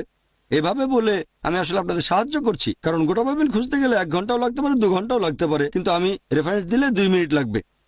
যদি আপনি বাইবেলের সূচিপত্র ব্যবহার করতে জানেন, যদি আপনাকে বলি বুক অব ডিউটেরোনমি অধ্যায় 14 অনুচ্ছেদ 8, যদি না জানেন যে ডিউটেরোনমি 5ম বই, শেষের ইন্ডেক্সে খুঁজবেন ডি, সেখানে পাবেন পৃষ্ঠা নম্বর, সেখানে যান। ডিউটেরোনমি পেয়ে গেলে অধ্যায় 14 পাবেন, প্রত্যেক পৃষ্ঠা নম্বর আছে, প্রত্যেক অধ্যায় নম্বর আছে, অনুচ্ছেদ 8-এ যাবেন। যদি এভাবে রেফারেন্স না বলি তাহলে আপনি সূত্র খুঁজবেন, একটু চেষ্টা করলে পেয়ে যাবেন। শুকর মাংস পোর্ক পি দিয়ে খোঁজেন, পেতে পারেন নাও পেতে পারেন, এটা পরিস্থিতির উপর নির্ভর করবে। তাহলে একইভাবে নবী মুহাম্মদ, আমি এটা থেকেই শিখছি, আমি আল্লাহর কাছ থেকে পথ নির্দেশনা নিচ্ছি, যেভাবে আল্লাহর নবী মুহাম্মদ ইহুদি আর খ্রিস্টানদের বুঝিয়েছেন, আমিও একই উপায় আপনাকে বোঝাতে চাচ্ছি। আমি হতে চাই নবীর একজন ছাত্র, তার পথ নির্দেশনা নিচ্ছি। তাহলে একইভাবে নবীও বলেছেন, যেমন ধরেন একইভাবে যীশু খ্রিস্ট বা ঈসা আলাইহিস সালামও এটা বলেছেন। একই কথা, তোমরা যারা কোনো পাপ করনি তারা এই মহিলাকে প্রথম পাথরটা মারো, বলা হয়েছে কিনা? সে সময় যীশু খ্রিস্ট এই কথাটা বলেছিলেন ইহুদিদের উদ্দেশ্যে। মুহাম্মদ একই কথা বলেছেন যে তোমরা নিজেদের ধর্মগ্রন্থ খুলে দেখো, সেখানে আইনটা কি। নবী মুহাম্মদ যেসব কথা বলেছেন ইহুদি আর খ্রিস্টানরা তার অনেক কিছুই মানেনি। নবী বললেন এই কথাগুলো আছে তোমাদের ধর্মগ্রন্থে, তার মানে তিনি আল্লাহ প্রেরিত দূত। এমন না যে তিনি পড়েছেন তাওরাত, এমন না যে পড়েছেন ইনজিল। নবী তো হিব্রু জানতেন না। আর সে সময় বাইবেলের কোনো আরবি ভার্সনও ছিল না, আরবি ভার্সন এসেছে পরবর্তীতে, ঠিক? তাহলে নবী সেই কিতাবগুলো পড়েননি, তিনি ছিলেন নিরক্ষর, ঠিক? যেহেতু তাকে আল্লাহ সুবহানাহু ওয়া তাআলা বলেছিলেন, রাসূল বলে তিনি সরাসরি ওহী পেতেন, তাকে আল্লাহ বলতে বলেছেন, নবী বলেছেন দেখো, তারা তখন সব দেখে বুঝতে পারল। তাহলে আমাদের নবী মুহাম্মদ সে সময় ইহুদি আর খ্রিস্টানদের যেভাবে বুঝিয়েছিলেন, আমিও চেষ্টা করছি এটা ছোট্ট পরিসরে সেখানে পৌঁছানোর। আমি বোঝাতে চাচ্ছি আপনাকে যে ভাই, যদি এই কথাগুলো ভুল মনে হয় কোরআনকে ভুলে যান। আপনি কোরআনকে বিশ্বাস করেন না, পাশে সরিয়ে রাখেন। তারপর আপনি যদি বাইবেলকে ঈশ্বরের বাণী বলে মনে করেন, তাহলে কি বাইবেল মেনে চলবেন? আপনি বাইবেলকে ঈশ্বরের বাণী বলে মনে করেন, হ্যাঁ বা না? হ্যাঁ, বাইবেল বলছে শুকরের মাংস খেও না, শুকরের মাংস খান। এটা তো পুরনো নিয়ম। উত্তর হতে পারে হ্যাঁ অথবা না, অথবা বাইবেলে এরকম কিছু বলেনি। আমাকে একটু বলতে দেন। শিওর, বলেন আপনি। আমার জানা মতে নবী মুহাম্মদ এর জীবদ্দশাতেই সেখানে কিছু জিনিস একটা সময় পর্যন্ত সেগুলো হালাল ছিল, তারপর সেটাকে হারাম করা হয়েছে, অথবা যেটা হারাম ছিল সেটাকে হালাল করা হয়েছে। এরকম তো অনেক সময় হয়েছে। তাই খ্রিস্টানরা, আমরা বিশ্বাস করি যে ইসরায়েলের লোকদের জন্য, ইহুদিদের জন্য যখন আল্লাহ প্রেরণ করেছিলেন মুসা নবীকে, আমরা বিশ্বাস করি তাদের জন্য শুকুর হারাম ছিল, আর সেজন্যই এই কথাটা তাওরাতে আছে। ভাই, কোন একটা প্রতিষ্ঠানে আপনাকে যদি কোনো নির্দেশ দেওয়া হয়, আপনি দেখবেন নির্দেশটা দিচ্ছে কে। উচ্চ কর্তৃপক্ষের নির্দেশটা থাকবে সবার উপরে। যেমন ধরেন ক্লাসে টিচার ছাত্রদের কিছু নির্দেশ দিলেন, প্রিন্সিপাল সে নির্দেশটা বদলে দিলেন, তার সে ক্ষমতা আছে। তবে প্রিন্সিপালের নির্দেশকে বদলানোর ক্ষমতা টিচারের নেই। তাহলে প্রত্যেকটা ধর্মে উচ্চ কর্তৃপক্ষের কথায় নিয়ম বদলাতে পারে, নিম্ন কর্তৃপক্ষ নয়। পবিত্র কোরআন পড়লে দেখবেন সেখানে বলা হয়েছে যেগুলো নিষিদ্ধ করা হয়েছিল ইহুদিদের জন্য কোরআনে আছে। যেমন ধরেন ষাঁড়ের চর্বি, ইহুদিদের জন্য হারাম ছিল, তোমাদের জন্য হালাল। কে বলেছেন? সর্বোচ্চ কর্তৃপক্ষ আল্লাহ। আমি জানি আপনি বাইবেলের কোন জায়গার কথা বলছেন। সেন্ট পিটার একটা স্বপ্ন দেখলেন। কি আমি ঠিক বলেছি? Saint Peter? হ্যাঁ, পিটার। ঠিক বলেছেন। পিটার একটা স্বপ্ন দেখলেন যে তিনি খাবারের টেবিলে আর শুকরের মাংস খাচ্ছেন। এটা ছিল স্বপ্নের একটা ঘটনা। যীশুখ্রিস্টের যে কোনো শিষ্য, এমনকি যদি সেন্ট পলও হয়, যিনি ছিলেন যীশুখ্রিস্টের স্বঘোষিত একজন শিষ্য, তারা কিন্তু কেউ যীশুখ্রিস্টের উপরে নন। যীশুখ্রিস্ট তার নিজের মুখেই বলেছেন, গসপেল অফ ম্যাথিউ অধ্যায় নম্বর 5 অনুচ্ছেদ 17 থেকে 20, মনে করো না আমি আগের নবীগণের আইন বাতিল করতে এসেছি। আমি বাতিল করতে আসিনি, সম্পূর্ণ করতে এসেছি। যতদিন আকাশমণ্ডলী আর পৃথিবী থাকবে, একটা ক্ষুদ্র কোনো আইনের ফাঁক গলে যেতে পারবে না, সবই পূরণ করা হবে। তোমাদের মধ্যে যে এই আইনগুলোর সামান্য কিছু অংশ লঙ্ঘন করবে, সামান্য ক্ষুদ্রাতি ক্ষুদ্র যে আইনগুলোর সামান্য কিছু লঙ্ঘন করবে আর অন্যদের তা শেখাবে, সে স্বর্গের রাজ্যে প্রবেশ করতে পারবে না। আর যে আইনগুলো মেনে চলবে, অন্যদেরও শেখাবে, সে স্বর্গের রাজ্যে প্রবেশ করবে। যদি না তোমাদের ন্যায়নিষ্ঠতা লেখক আর ফরিসীদের ন্যায়নিষ্ঠতার চেয়ে বেশি হয়, তাহলে তোমরা কোনোভাবেই স্বর্গের রাজ্যে প্রবেশ করতে পারবে না। তাহলে যীশুখ্রিস্ট তার নিজের মুখেই বলেছেন, আগের নবীদের আইন বাতিল করতে আসিনি, সম্পূর্ণ করতে এসেছি। একটা ক্ষুদ্র কণাও আইনের ভাগ গলে যেতে পারবে না, সবই পূরণ করা হবে। তোমাদের মধ্যে যদি কেউ একটা আইন ভাঙে, একেবারে ক্ষুদ্রাতি ক্ষুদ্র, সে স্বর্গের রাজ্যে প্রবেশ করতে পারবে না। এই কথাগুলো এভাবে পাবেন রেড লেটার বাইবেলে। রেড লেটার বাইবেলে আপনি আশা করে চেনেন। রেড লেটার বাইবেলের নাম শুনেছেন? মাশাআল্লাহ, ভালো, আলহামদুলিল্লাহ, খুব ভালো। আল্লাহ আপনাকে রহমত করুন। রেড লেটার বাইবেল হচ্ছে সেই বাইবেল, যারা জানেন না তাদের বলছি, এখানে লাল অক্ষরে সেই কথাগুলো লেখা আছে যেগুলো যীশুখ্রিস্ট তার নিজের মুখে বলেছেন। কারণ বাইবেলের সব কথাই যীশুখ্রিস্টের নিজের মুখের কথা নয়। পবিত্র কোরআনে যা আছে তার সবকিছুই 100% ক্ষুদ্রাতি ক্ষুদ্র কণাও মানুষের লেখা নয়, আল্লাহর ওহী।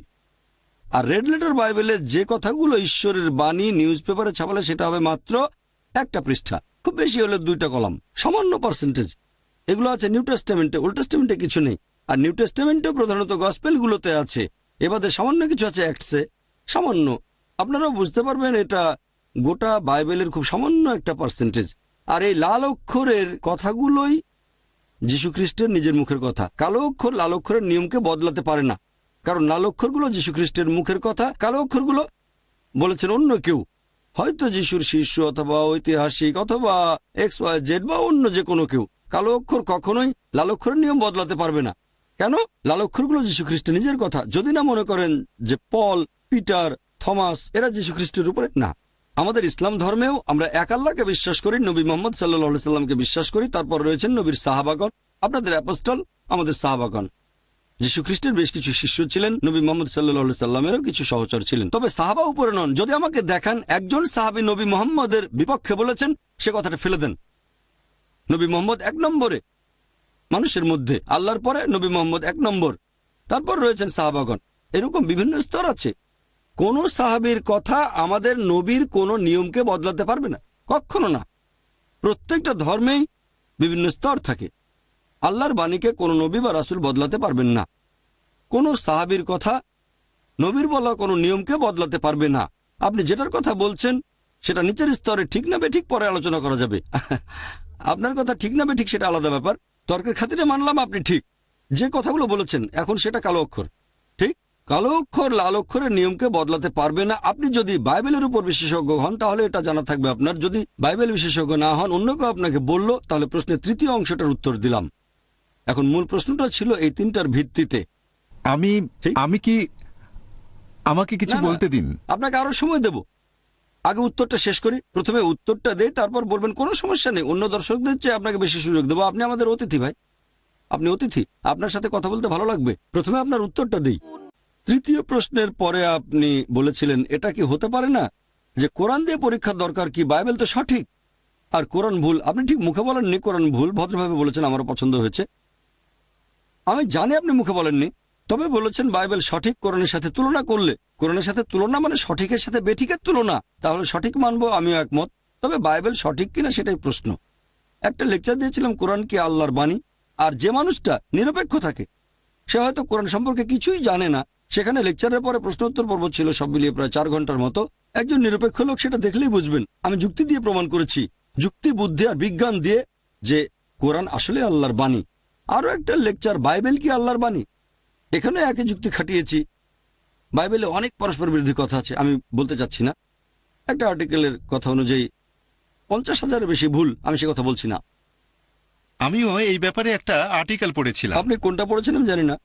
আমি মুসলিমদের সব বইকে সঠিক বলে মনে করি না। যদি সেটা হয় কোরআন, তাহলে আমি মানব, পাশে দাঁড়িয়ে থাকব। অন্য কোনো বইয়ের ব্যাপারে মানতে পারি, নাও মানতে পারি, হয়তো কিছু অংশ মানবো, কিছু অংশ মানবো না। প্রথমে সর্বোচ্চ কর্তৃপক্ষ, 1 নম্বরে কোরআন। আমি বই লিখলাম, এই কোরআন সেই বইয়ের চেয়ে উপরে। 1 নম্বরে কোরআন, তারপরে আছে আমাদের নবীর সহিহ হাদিস। এবার আপনার প্রশ্নে আসি। যদি সাধারণ যুক্তি ব্যবহার করেন বিজ্ঞান, তাহলে দেখবো বাইবেলে অনেক বৈজ্ঞানিক ভুল আছে। আমি এখানে কয়েকটার কথা বলছি, সময় কম তাই বিস্তারিত বলতে পারছি না। যেমন ধরেন, বাইবেলে বলা হয়েছে গসপেল অফ ম্যাথিউ অধ্যায় নম্বর 4 অনুচ্ছেদ 8 যে পৃথিবী সমতল। তারপর আছে বুক অব জেনেসিস অধ্যায় নম্বর 1 অনুচ্ছেদ 16 থেকে 19, সেখানে বিশ্বজগৎ সৃষ্টির কথা বলা হয়েছে যে প্রথমে আলো ছিল না, ঈশ্বর আলো স্থাপন করলেন প্রথম, দ্বিতীয়, তৃতীয় দিন। এরপর বলা হয়েছে যে চতুর্থ দিনে সর্বশক্তিমান ঈশ্বর সৃষ্টি করলেন সূর্য আর নক্ষত্র, কিন্তু আলো সৃষ্টি হয়েছে প্রথম দিনে। এটা অযৌক্তিক যে আলোর উৎস সৃষ্টি হয়েছে পরে আর আলো এসেছে আগে। যদি আমি বলি একটা বাল্ব বানিয়েছি, সুইচ অন করলাম, তারপর আলো জ্বললো, কিন্তু যদি বলি আলো এসেছে প্রথম দিনে, দিনের প্রথম দিকে, আর বাল্ব জ্বালানো হয়েছে চতুর্থ দিনে, লোকে ভাববে আমি বিজ্ঞান সম্পর্কে জানি না। এছাড়াও বলা হয়েছে পৃথিবী সৃষ্টি করা হয়েছিল তৃতীয় দিনে আর গাছপালা, কিন্তু সূর্য সৃষ্টি হয়েছে চতুর্থ দিনে।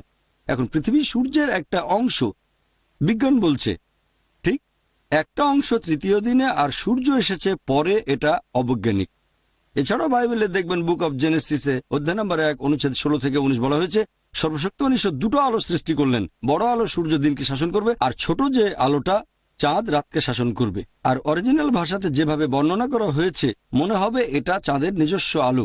পবিত্র কোরআন বলছে সূরা ফুরকান অধ্যায় 25 আয়াত নম্বর 61 যে সূর্যের আলো তার নিজস্ব আলো আর চাঁদের আলো হচ্ছে প্রতিফলিত আলো। যখন বিজ্ঞানীরা পড়েন পবিত্র কোরআন আর বাইবেল, তারা কোরআনের সাথে একমত হবেন, বাইবেলের সাথে নয়। চাঁদের আলো তার নিজস্ব আলো নয়। আগেকার দিনে কয়েকশো বছর আগে মানুষ মনে করত চাঁদের আলো তার নিজস্ব আলো।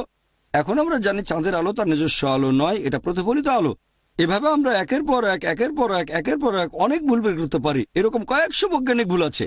ওই বিতর্কের সময়টা কম ছিল আর এখানে সময়টা আরো কম। বাইবেলের 38টা বৈজ্ঞানিক ভুলের কথা বলেছিলাম ডক্টর উইলিয়াম ক্যাম্বেলকে, আমার দেখা সবচেয়ে সেরা খ্রিস্টান বক্তা বিজ্ঞান আর বাইবেলের উপর। ঠিক, তিনিও একজন মেডিকেল ডাক্তার, তারপর পিএইচডি। তিনি খুব বিখ্যাত লোক বা বিখ্যাত ছিলেন। আর সেই সময় অনেক আমেরিকানকে দেখেছি যখন তারা কোনো মুসলিমকে ফাঁদে ফেলতে চায় তখন এই বইটা দেখায়, দেখো কোরআনে কত বৈজ্ঞানিক ভুল আছে, বাইবেলে কোনো বৈজ্ঞানিক ভুল নেই। যে মানুষগুলো এই ব্যাপারটা সম্পর্কে জানে না হয়তো শুনে মুগ্ধ হবে অথবা উত্তর দিতে পারবে না। তাই আমি এখান থেকে গেলাম শিকাগোতে, আমেরিকার শিকাগোতে, সেখানে একটা বিতর্ক করলাম আলহামদুলিল্লাহ, আর আল্লাহর দয়ায় সেখানে আমি সফল হয়েছিলাম। সেটা আপনি দেখতে পারবেন ইনশাল্লাহ। এই বিতর্কের একটা ভিডিও সিডি আপনাকে দেওয়া হবে। এছাড়াও খ্রিস্টান ও ইসলামের সাদৃশ্য, সেজন্য আমি বলবো যে এটা কি সম্ভব, এটা কি হতে পারে বাইবেল বদলায়নি? হ্যাঁ, অবশ্যই হতে পারে, তবে এই বাইবেল না। আপনি বুঝতে পারবেন যখন দেখবেন যে বাইবেলের মধ্যে অনেক গাণিতিক ভুল আছে। যোগ করে দেখবেন বাইবেলে ভুল আছে। গাণিতিক ভুল মানে একই কথা বলা হয়েছে দুই জায়গায়, কিন্তু সংখ্যা আলাদা, পরস্পর বিরোধী। এখানে 2000, ওখানে 3000, অনেক ভুল, একটা না, অনেক কিছু সংশোধন করা যায়। আমি জানি যদি 10,000 ভুল বের করা হয় হয়তো 50% বা 80% সংশোধন করা যাবে, তবে কয়েকশো ভুল কিছু করা যাবে না। আমি সেগুলো পড়েছি। কয়েকশো ভুল আপনি সব ধরনের যুক্তি খাটালেও হবে না। আমি সেগুলোকে যাচাই করে দেখেছি। মাশাআল্লাহ, আমি অনেক দেশে গেছি, কথা বলেছি যারা বিশেষজ্ঞ। আমি বিশেষজ্ঞ নই, সামান্য ছাত্র। এখন এই অংশগুলোকে সংশোধন করা যাবে না। অনেক বৈজ্ঞানিক ভুল, তারপর ঐতিহাসিক ভুল। আমরা যদি আল্লাহর দেওয়া এই মাথাটা ব্যবহার করি আর যাচাই করে দেখি তাহলে এটা মানতে পারবো না যে বাইবেল আল্লাহর বাণী। যদি কোরআনকে যাচাই করি তাহলে মানবো। এজন্য আপনি দেখবেন আমার ক্যাসেট ইনশাল্লাহ। এবার চাইলে আপনি আবার প্রশ্ন করতে পারেন। কয়েকটা জিনিস পরিষ্কার করতে চাচ্ছি। আমি আপনার সাথে বিতর্ক করতে চাচ্ছি না। করতে পারেন, কোনো সমস্যা নেই। আমি করতে পারবো না কারণ আপনি অনেক জানেন। আমি কোনো বিতর্ক করতে চাচ্ছি না। আমি আসলে চাচ্ছি শিখতে। আমার ধারণা এখানে সবাই এসেছেন জানতে আল্লাহ সম্পর্কে। তাহলে আমি আপনার কাছ থেকে শিখলাম বা আপনি আমার কাছ থেকে শিখলেন, সেটাই ভালো। আর আমি আপনাদের সবার উদ্দেশ্যেই বলছি, ব্যক্তিগতভাবে আমি শুকরের মাংস খাই না শ্রদ্ধা দেখানোর জন্য। তবে আমার মনে হয় লাল অক্ষরে হয়তো কারণটা বলা আছে। পবিত্র বাইবেলে যে এখানকার খ্রিস্টানরা কেন এটা করছে। কারণটা হয়তো শুধুই কালো অক্ষর না।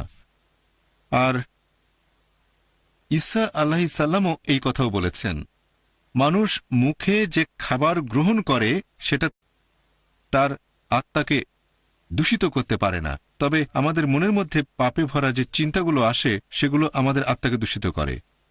আর যেহেতু হজরত ঈসা আলাইহিসসালাম এই কথাগুলো বলেছেন, আমরা খ্রিস্টানরা মনে করি তিনি সব খাবারকে হালাল করেছেন। তোমরা যে খাবার খাও সেটা তোমাদের আত্মাকে দূষিত করতে পারে না। তাহলে আপনি এটার সাথে একমত নাকি যে বাইবেলের লাল অক্ষরে কারণটা বলা হয়েছে যে খ্রিস্টানরা কেন এটা মনে করে যে মুসা নবীর সময়ে আল্লাহ শূকরের মাংস নিষিদ্ধ করেছিলেন আর পরবর্তীতে হজরত ঈসা আলাইহিসসালাম সেটাকে করে দিলেন হালাল তার অনুসারীদের জন্য? তাহলে আমি বলি, আমি আপনার সঙ্গে একমত। আপনি বিতর্ক করতে চাচ্ছেন না, আমিও বিতর্ক করতে চাচ্ছি না, শিখতে চাচ্ছি। যদি আমাকে বোঝাতে পারেন যে আমি ভুল কোনো কথা বলেছি তাহলে আমি নিজেকে তখনই শুধরে নেব। যদি বুঝতে পারি সেটাই সত্যি তাহলে মেনে নেব। একটা উদাহরণ দিচ্ছি, ধরেন ভুল করে বললাম 2 + 2 = 5। না ভাই, 2 + 2 = 5 না, 4 হবে। আমাকে প্রমাণ করে দেখালেন, ধন্যবাদ ভাই। বলবো জাযাকাল্লাহ, আল্লাহ আপনাকে পুরস্কার দিন, আমরা সেটা মেনে নেব। তবে আমি বললাম 2 + 2 = 4, আরেকজন বলল না 5, তখন তাকে বলবো 2 + 2 = 4, 5 হবে না, আপনি ভুল করছেন। আমি তাকে শুধরে দেব, যার কথা সঠিক সেটাই মেনে নেব। এবার আপনার প্রশ্নে আসি। খুব সুন্দর যুক্তি যে বাইবেলে আছে যীশু খ্রিস্ট বলেছেন তোমরা যে খাবার খাও সেটা তোমাদের আত্মাকে দূষিত করে না, দূষিত করে মনের চিন্তা। আমি তর্কের খাতিরে আপনার কথাটা মানলাম, তাহলে সেটা পরস্পর বিরোধী হবে। আগে যেটা বলেছিলাম গসপেল অফ ম্যাথিউ অধ্যায় নম্বর 5 অনুচ্ছেদ 17 থেকে 20, ভেবো না আমি নবীগণের আইন বাতিল করতে এসেছি, এটা তাহলে ভুল। তার মানে যীশু খ্রিস্ট মিথ্যে কথা বলছেন। নাউজুবিল্লাহ, আল্লাহ ক্ষমা করুন, আমরা এই কথা মানি না। তিনি মিথ্যে বলতে পারেন না। যদি আপনি আইনের সামান্য অংশ লঙ্ঘন করেন, আইন কি? শূকরের মাংস খাবেন না। যখন এরকম দুটো বক্তব্য থাকবে আমরা দুটোই মেনে চলার চেষ্টা করব। তার মানে অন্যান্য যেসব খাবার খাচ্ছেন সমস্যা নেই, তবে শূকরের মাংস খাবেন না। কেন? কারণ গসপেল অফ ম্যাথিউ অধ্যায় 5 অনুচ্ছেদ 17 থেকে 20 বলা হয়েছে আইনের সামান্য ক্ষুদ্রতম অংশ লঙ্ঘন করা যাবে না। একই কথা আছে কোরআনে। কোরআনের এরকম অনেক আয়াত আছে যেখানে বলা হয়েছে যে এই খাবারগুলো হারাম। তার মানে এই না যে শুধু এই 4টাই হারাম, আরেকটা হারাম করা হয়েছে হয়তো অন্য জায়গায়। এরকম একটা বলেছিলাম মৃত জন্তু, রক্ত এবং শূকরের মাংস। আরেক জায়গায় বলা হয়েছে মদপান করা হারাম। এখন আপনি কোরআনের মাত্র একটা আয়াত নিয়ে বলতে পারবেন না যে এটা সম্পূর্ণ ইসলাম। ঠিক, যেটাকে হারাম বলা হয়েছে সেটা হারাম, তারপর বলা হয়েছে অন্য সব খাবার হালাল। আর এখানে আমরা দেখতে পাচ্ছি যে খ্রিস্টানদের বাইবেলে লালক্ষর বলছে আমি নবীগণের আইন সম্পূর্ণ করতে এসেছি, একটা বাতিল করতে আসিনি। যদি তোমাদের মধ্যে কেউ সেই আইনের সামান্য অংশ লঙ্ঘন করো তাহলে সে স্বর্গের রাজ্যে যেতে পারবে না। যিশুর অন্যান্য কথাগুলো এই কথাগুলোর বিরুদ্ধে যেতে পারে না। তা না হলে যীশু খ্রিস্ট বা ঈসা আলাইহিস সালাম মিথ্যে কথা বলেছেন, নাউজুবিল্লাহ, আমরা সে কথা মানি না। তাহলে আমরা যীশু খ্রিস্টকে নিচে নামিয়ে দিয়ে পল বা পিটারকে উপরে তুলব না, না করা যাবে না, এটাই আইন। তাই এক্ষেত্রে আমরা বলবো যে যেহেতু পল বা পিটার কিছু বলেছিলেন বা থমাস কিছু বলেছিলেন, আমরা কি যীশু খ্রিস্টের কথার বিরুদ্ধে যাব? আমি বলবো না। আমরা বলবো পল, পিটার, থমাস যা বলুক সেটা ভুল। আমরা যদি চাই তাহলে এভাবে সংশোধন করে নিতে পারি। যদি এই কথাটা সেখানে না থাকতো, গসপেল অফ ম্যাথিউ অধ্যায় 5 অনুচ্ছেদ 17 থেকে 20, যদি এটা না থাকতো যে সামান্য আইনও ভেঙো না, হয়তো একেবারে শিওর না, হয়তো তখনও বিরুদ্ধে যুক্তি দেখাতে পারতাম। এখানে সময় কম, তাই প্রথমেই দিলাম টেক্কা। হয়তো এটা না থাকলে বলতাম খুব ভালো, আপনার কথা মেনে নিলাম আমি। কিন্তু যেহেতু অনুচ্ছেদ আছে গসপেল অফ ম্যাথিউ অধ্যায় 5 অনুচ্ছেদ 17 থেকে 20, যদি তোমাদের মধ্যে কেউ সামান্য আইন লঙ্ঘন করে তাহলে সে স্বর্গের রাজ্যে প্রবেশ করতে পারবে না। তার মানে পারবেন না কোন অবস্থাতে না, সেটা পল বলুক অথবা থমাস বলুক বা পিটার বলুক বা অন্য যে কেউ বলুক। বুঝতে পারছেন? যুক্তি খাটালে আপনি সেটা বুঝতে পারবেন। আপনি যেটা করছেন পলকে উপরে উঠাচ্ছেন। আপনি মানে আমি বলছি কিছু খ্রিস্টান, আপনারা মানে খ্রিস্টানরা যিশুর শিষ্যকে উপরে উঠাচ্ছেন, এভাবে বলছেন যে যিশু খ্রিস্ট, আল্লাহ মাফ করুন, মিথ্যে বলছেন। আমি এটা মানতে পারছি না। এভাবে আপনি বিভিন্ন ধর্মের মধ্যে একটা তুলনা করতে পারেন। এরকম তুলনার উপর ভিত্তি করে আমরা যেটা বলি, যদি খ্রিস্টান বলতে তাদের বোঝানো হয় যারা যিশু খ্রিস্টের নির্দেশগুলো পালন করে, তাহলে মুসলিমরা আমরা খ্রিস্টানদের চেয়ে অনেক বেশি খ্রিস্টান। শুকরের মাংস না খেলে আপনাকে অভিনন্দন জানাই। হয়তো যখন এই অডিটোরিয়াম থেকে বের হবেন মদ পান করার অভ্যাস থাকলে সেটা বাদ দিয়ে দেবেন। যদি আপনি যীশুখ্রিস্টের উপাসনা করে থাকেন, হয়তো যখন অডিটোরিয়াম থেকে বের হবেন তখন থেকে যীশুখ্রিস্টের উপাসনা করা বন্ধ করে দেবেন। আমি আল্লাহর কাছে দোয়া করছি আপনাকে আমাকে যেন তিনি পথ দেখান। শুনে খুব ভালো লেগেছে যে অডিটোরিয়ামে আসার আগে আপনি শুকর মাংস খাননি। হয়তো আমার লেকচার শোনার পরে মদ পানের অভ্যেস থাকলে সেটাও বাদ দিয়ে দেবেন। যদি আপনি যীশুখ্রিস্টের উপাসনা করে থাকেন, হয়তো অডিটোরিয়াম থেকে বের হয়ে উপাসনা করবেন না, কারণ আপনাকে প্রমাণ দেখিয়েছি। অথবা যেতে পারেন আপনার স্টাডি রুমে অথবা কোনো লাইব্রেরিতে, রেফারেন্সগুলো চেক করবেন। তারপর দেখবেন যে হ্যাঁ, ওই লোকটা যে কথাগুলো বলেছিল, ওই যে হালকা পাতলা লোকটা, মাথায় টুপি, চশমা, হালকা দাড়ি, হ্যাংলা পাতলা, সে রেফারেন্স দেয়। লোকটা যা বলেছিল তা ঠিক। আজকে থেকে যীশুখ্রিস্টের উপাসনা করবো না, তারপরও তাকে শ্রদ্ধা করব, তাকে ভালোবাসবো, তাকে সম্মান করব। আমি পড়ে দেখবো বাইবেল, যেখানে আছে পরবর্তীতে একজন নবী আসবেন, তার নাম হবে নবী মোহাম্মদ সাল্লাল্লাহু আলাইহি সাল্লাম। আমি সেই বই পড়ে দেখব। এভাবে আমরা সবাই সত্যের কাছাকাছি আসব। আল্লাহর কাছে দোয়া করছি আপনাকে আমাকে যেন তিনি পথ দেখান। আশা করি উত্তরটা পেয়েছেন। আপনাকে অনেক ধন্যবাদ। আপনাকেও ধন্যবাদ। হ্যাঁ, ওনাকে 2টো ভিসিডি দিয়ে দেন। এই সিডিগুলো দেখবেন ভাই, 2টো ভিসিডি।